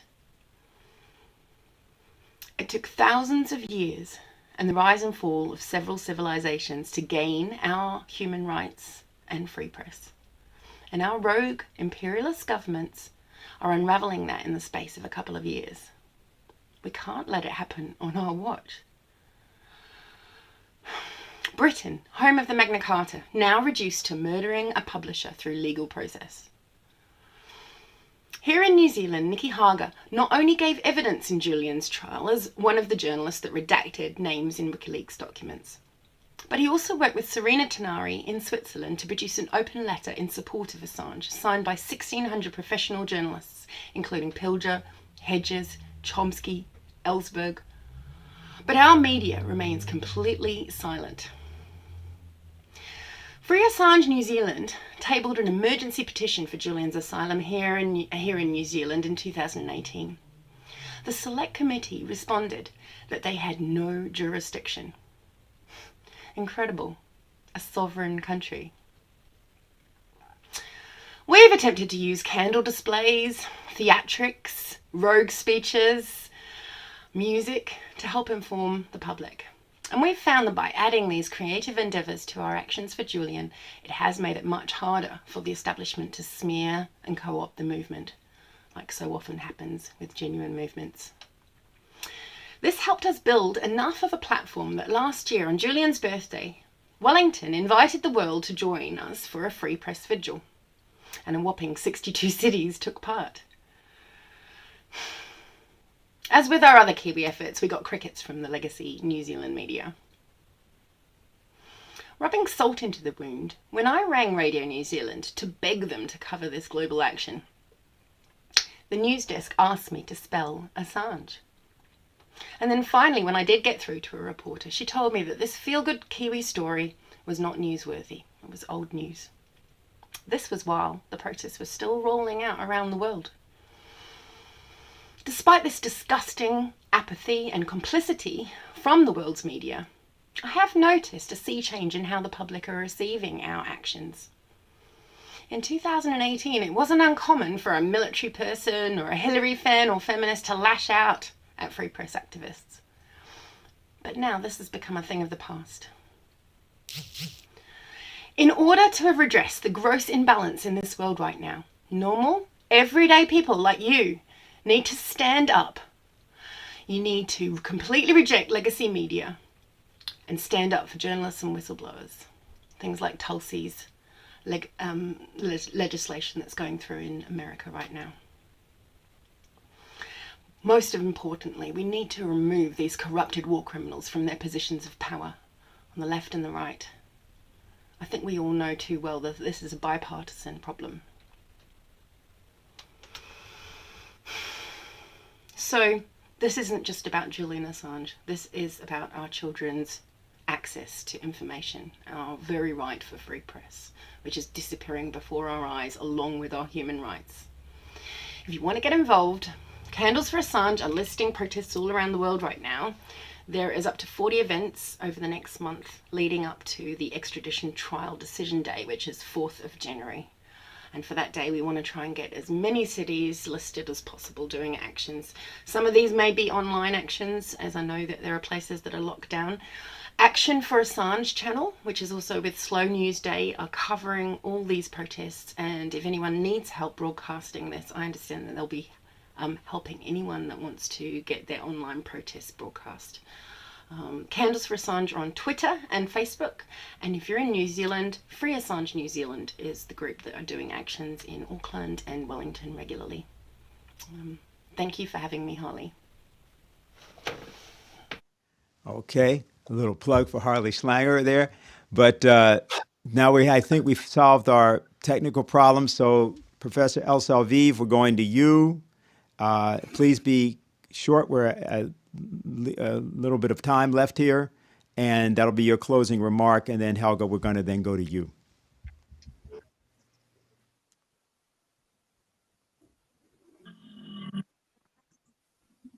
Hear us?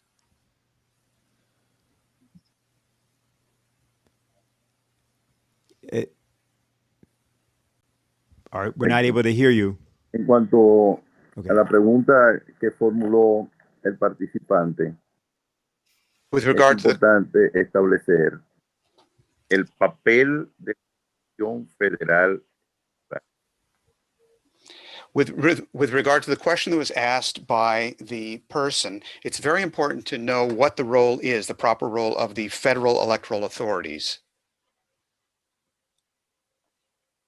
En ese sentido, la privatización a que ha sido sometida las elecciones norteamericanas y los derechos electorales norteamericanos. In that regard, the privatization of the elections which have occurred in the United States and the privatization of the rights of voters in the United States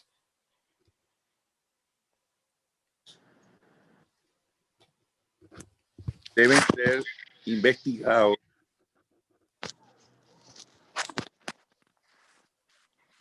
y garantizar al pueblo norteamericano unas elecciones limpias,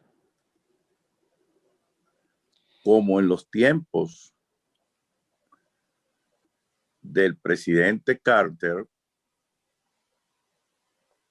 visitaba a los pueblos latinoamericanos para garantizar las elecciones. And this type of investigation has to be carried out to guarantee to people that there be free elections, just as occurred in the times of Jimmy Carter when he would visit countries in Latin America and elsewhere in defense of free elections. Para garantizarle a los pueblos latinoamericanos que las elecciones fueran limpias y sin trampas en los pueblos hispanoamericanos y también del África. And that the elections in Latin America would be carried out in a clean fashion, and that the same thing would have to happen as well in countries of Africa. Estas elecciones son y constituyen una gran crisis, pero también son una oportunidad para los norteamericanos exigir mayor transparencia en las votaciones norteamericanas. So these elections are both a big crisis and a big opportunity at the same time for Americans to demand transparency and freedom in these elections. And I hope that I've been able to answer your question satisfactorily. Thank you very much. Okay, thank you. All right, so Helga, hopefully you can still remember the question. And so you're giving the answer, and this is going to basically also be concluding the panel. So wanted to give you that opportunity now. Yeah, I want to thank you, Carolina, because I think this is a very beautiful question, and what people may not immediately realize, it is extremely relevant to the question discussed at this panel, because it's not just a question of free election, but it is very much the question of inner freedom. And Friedrich Schiller was extremely concerned. He's called the poet of freedom because he put so much emphasis on the question of how to set people free internally, to make them truly free. And that was what really also Nikolaus of Cusa tried to do. And, you know, in one sense, it's not a coincidence that I like these two thinkers maybe better than all the other many beautiful thinkers, because they express exactly that quality of making people really free. As you correctly note, the question of beauty, as it is discussed in Schiller's aesthetical letters and other writings, beauty is the one thing which both relates to the senses, because you have to you judge beauty by your senses, but it is also a notion born out of reason, and therefore it consoles the two areas which sometimes seem to be unbridgeable, and elevates, you know, the emotion eventually to such a level that everybody can become a beautiful soul, which Schiller says, you know, you can educate your emotions in such a way that you blindly can follow them, because they will never tell you anything different than what reason commands. And once you have reached that, you know, then you are a beautiful soul for whom freedom and necessity, passion and duty are one. And Nikolaus, he discusses it in other terms, because obviously he was a couple of centuries earlier. But he, in developing the method of the coincidence of opposites, does in a certain sense the same thing, because his entire method is to prevent the mind from following the habit of latching on to sense certainty, by making it intellectually impossible for the mind to stick to sense certainty by this idea of the coincidence of opposites, and that way training the mind, not to be guided by the senses and therefore be free of manipulation and be able to arrive at the level of reason. So I'm very thankful for your question, because I think the studying of both Schiller and Cusa is extremely important exactly in this moment, because there is so much brainwashing, as Dave was developing, so much effort to manipulate people, that one of the most important questions is how can we set people free internally? Because it can only come from you. It can only come from this inner strength which enables you to differentiate what is the truth and what not. So I think this is a very, very good question you asked. All right. So I want to thank all of the panelists, Dave Meiswinkle, Dave Christie, Harley Schlanger, Marino El Saviv, Dave Meiswinkle, my co-host, I'm looking at everybody, Diane Sayre, Dr. McCloskey, Bill Binney, the various witnesses that we had, Leah Hoops, Greg Stenholm, Olivia Winters, and Kim Pedersen. Is that right? Did I get that right? All right, I think I got everybody. So I want to thank you all for being with us. And we'll be going to our second panel, which will be starting at 1 p.m., they're telling me. So be back for that. That's called Escaping the Danger of World War III, a Strategic Order Based on the Common Aims of Mankind. That will be moderated by Jason Ross, the science advisor for the Scholl Institute. So see us back here at 1 p.m.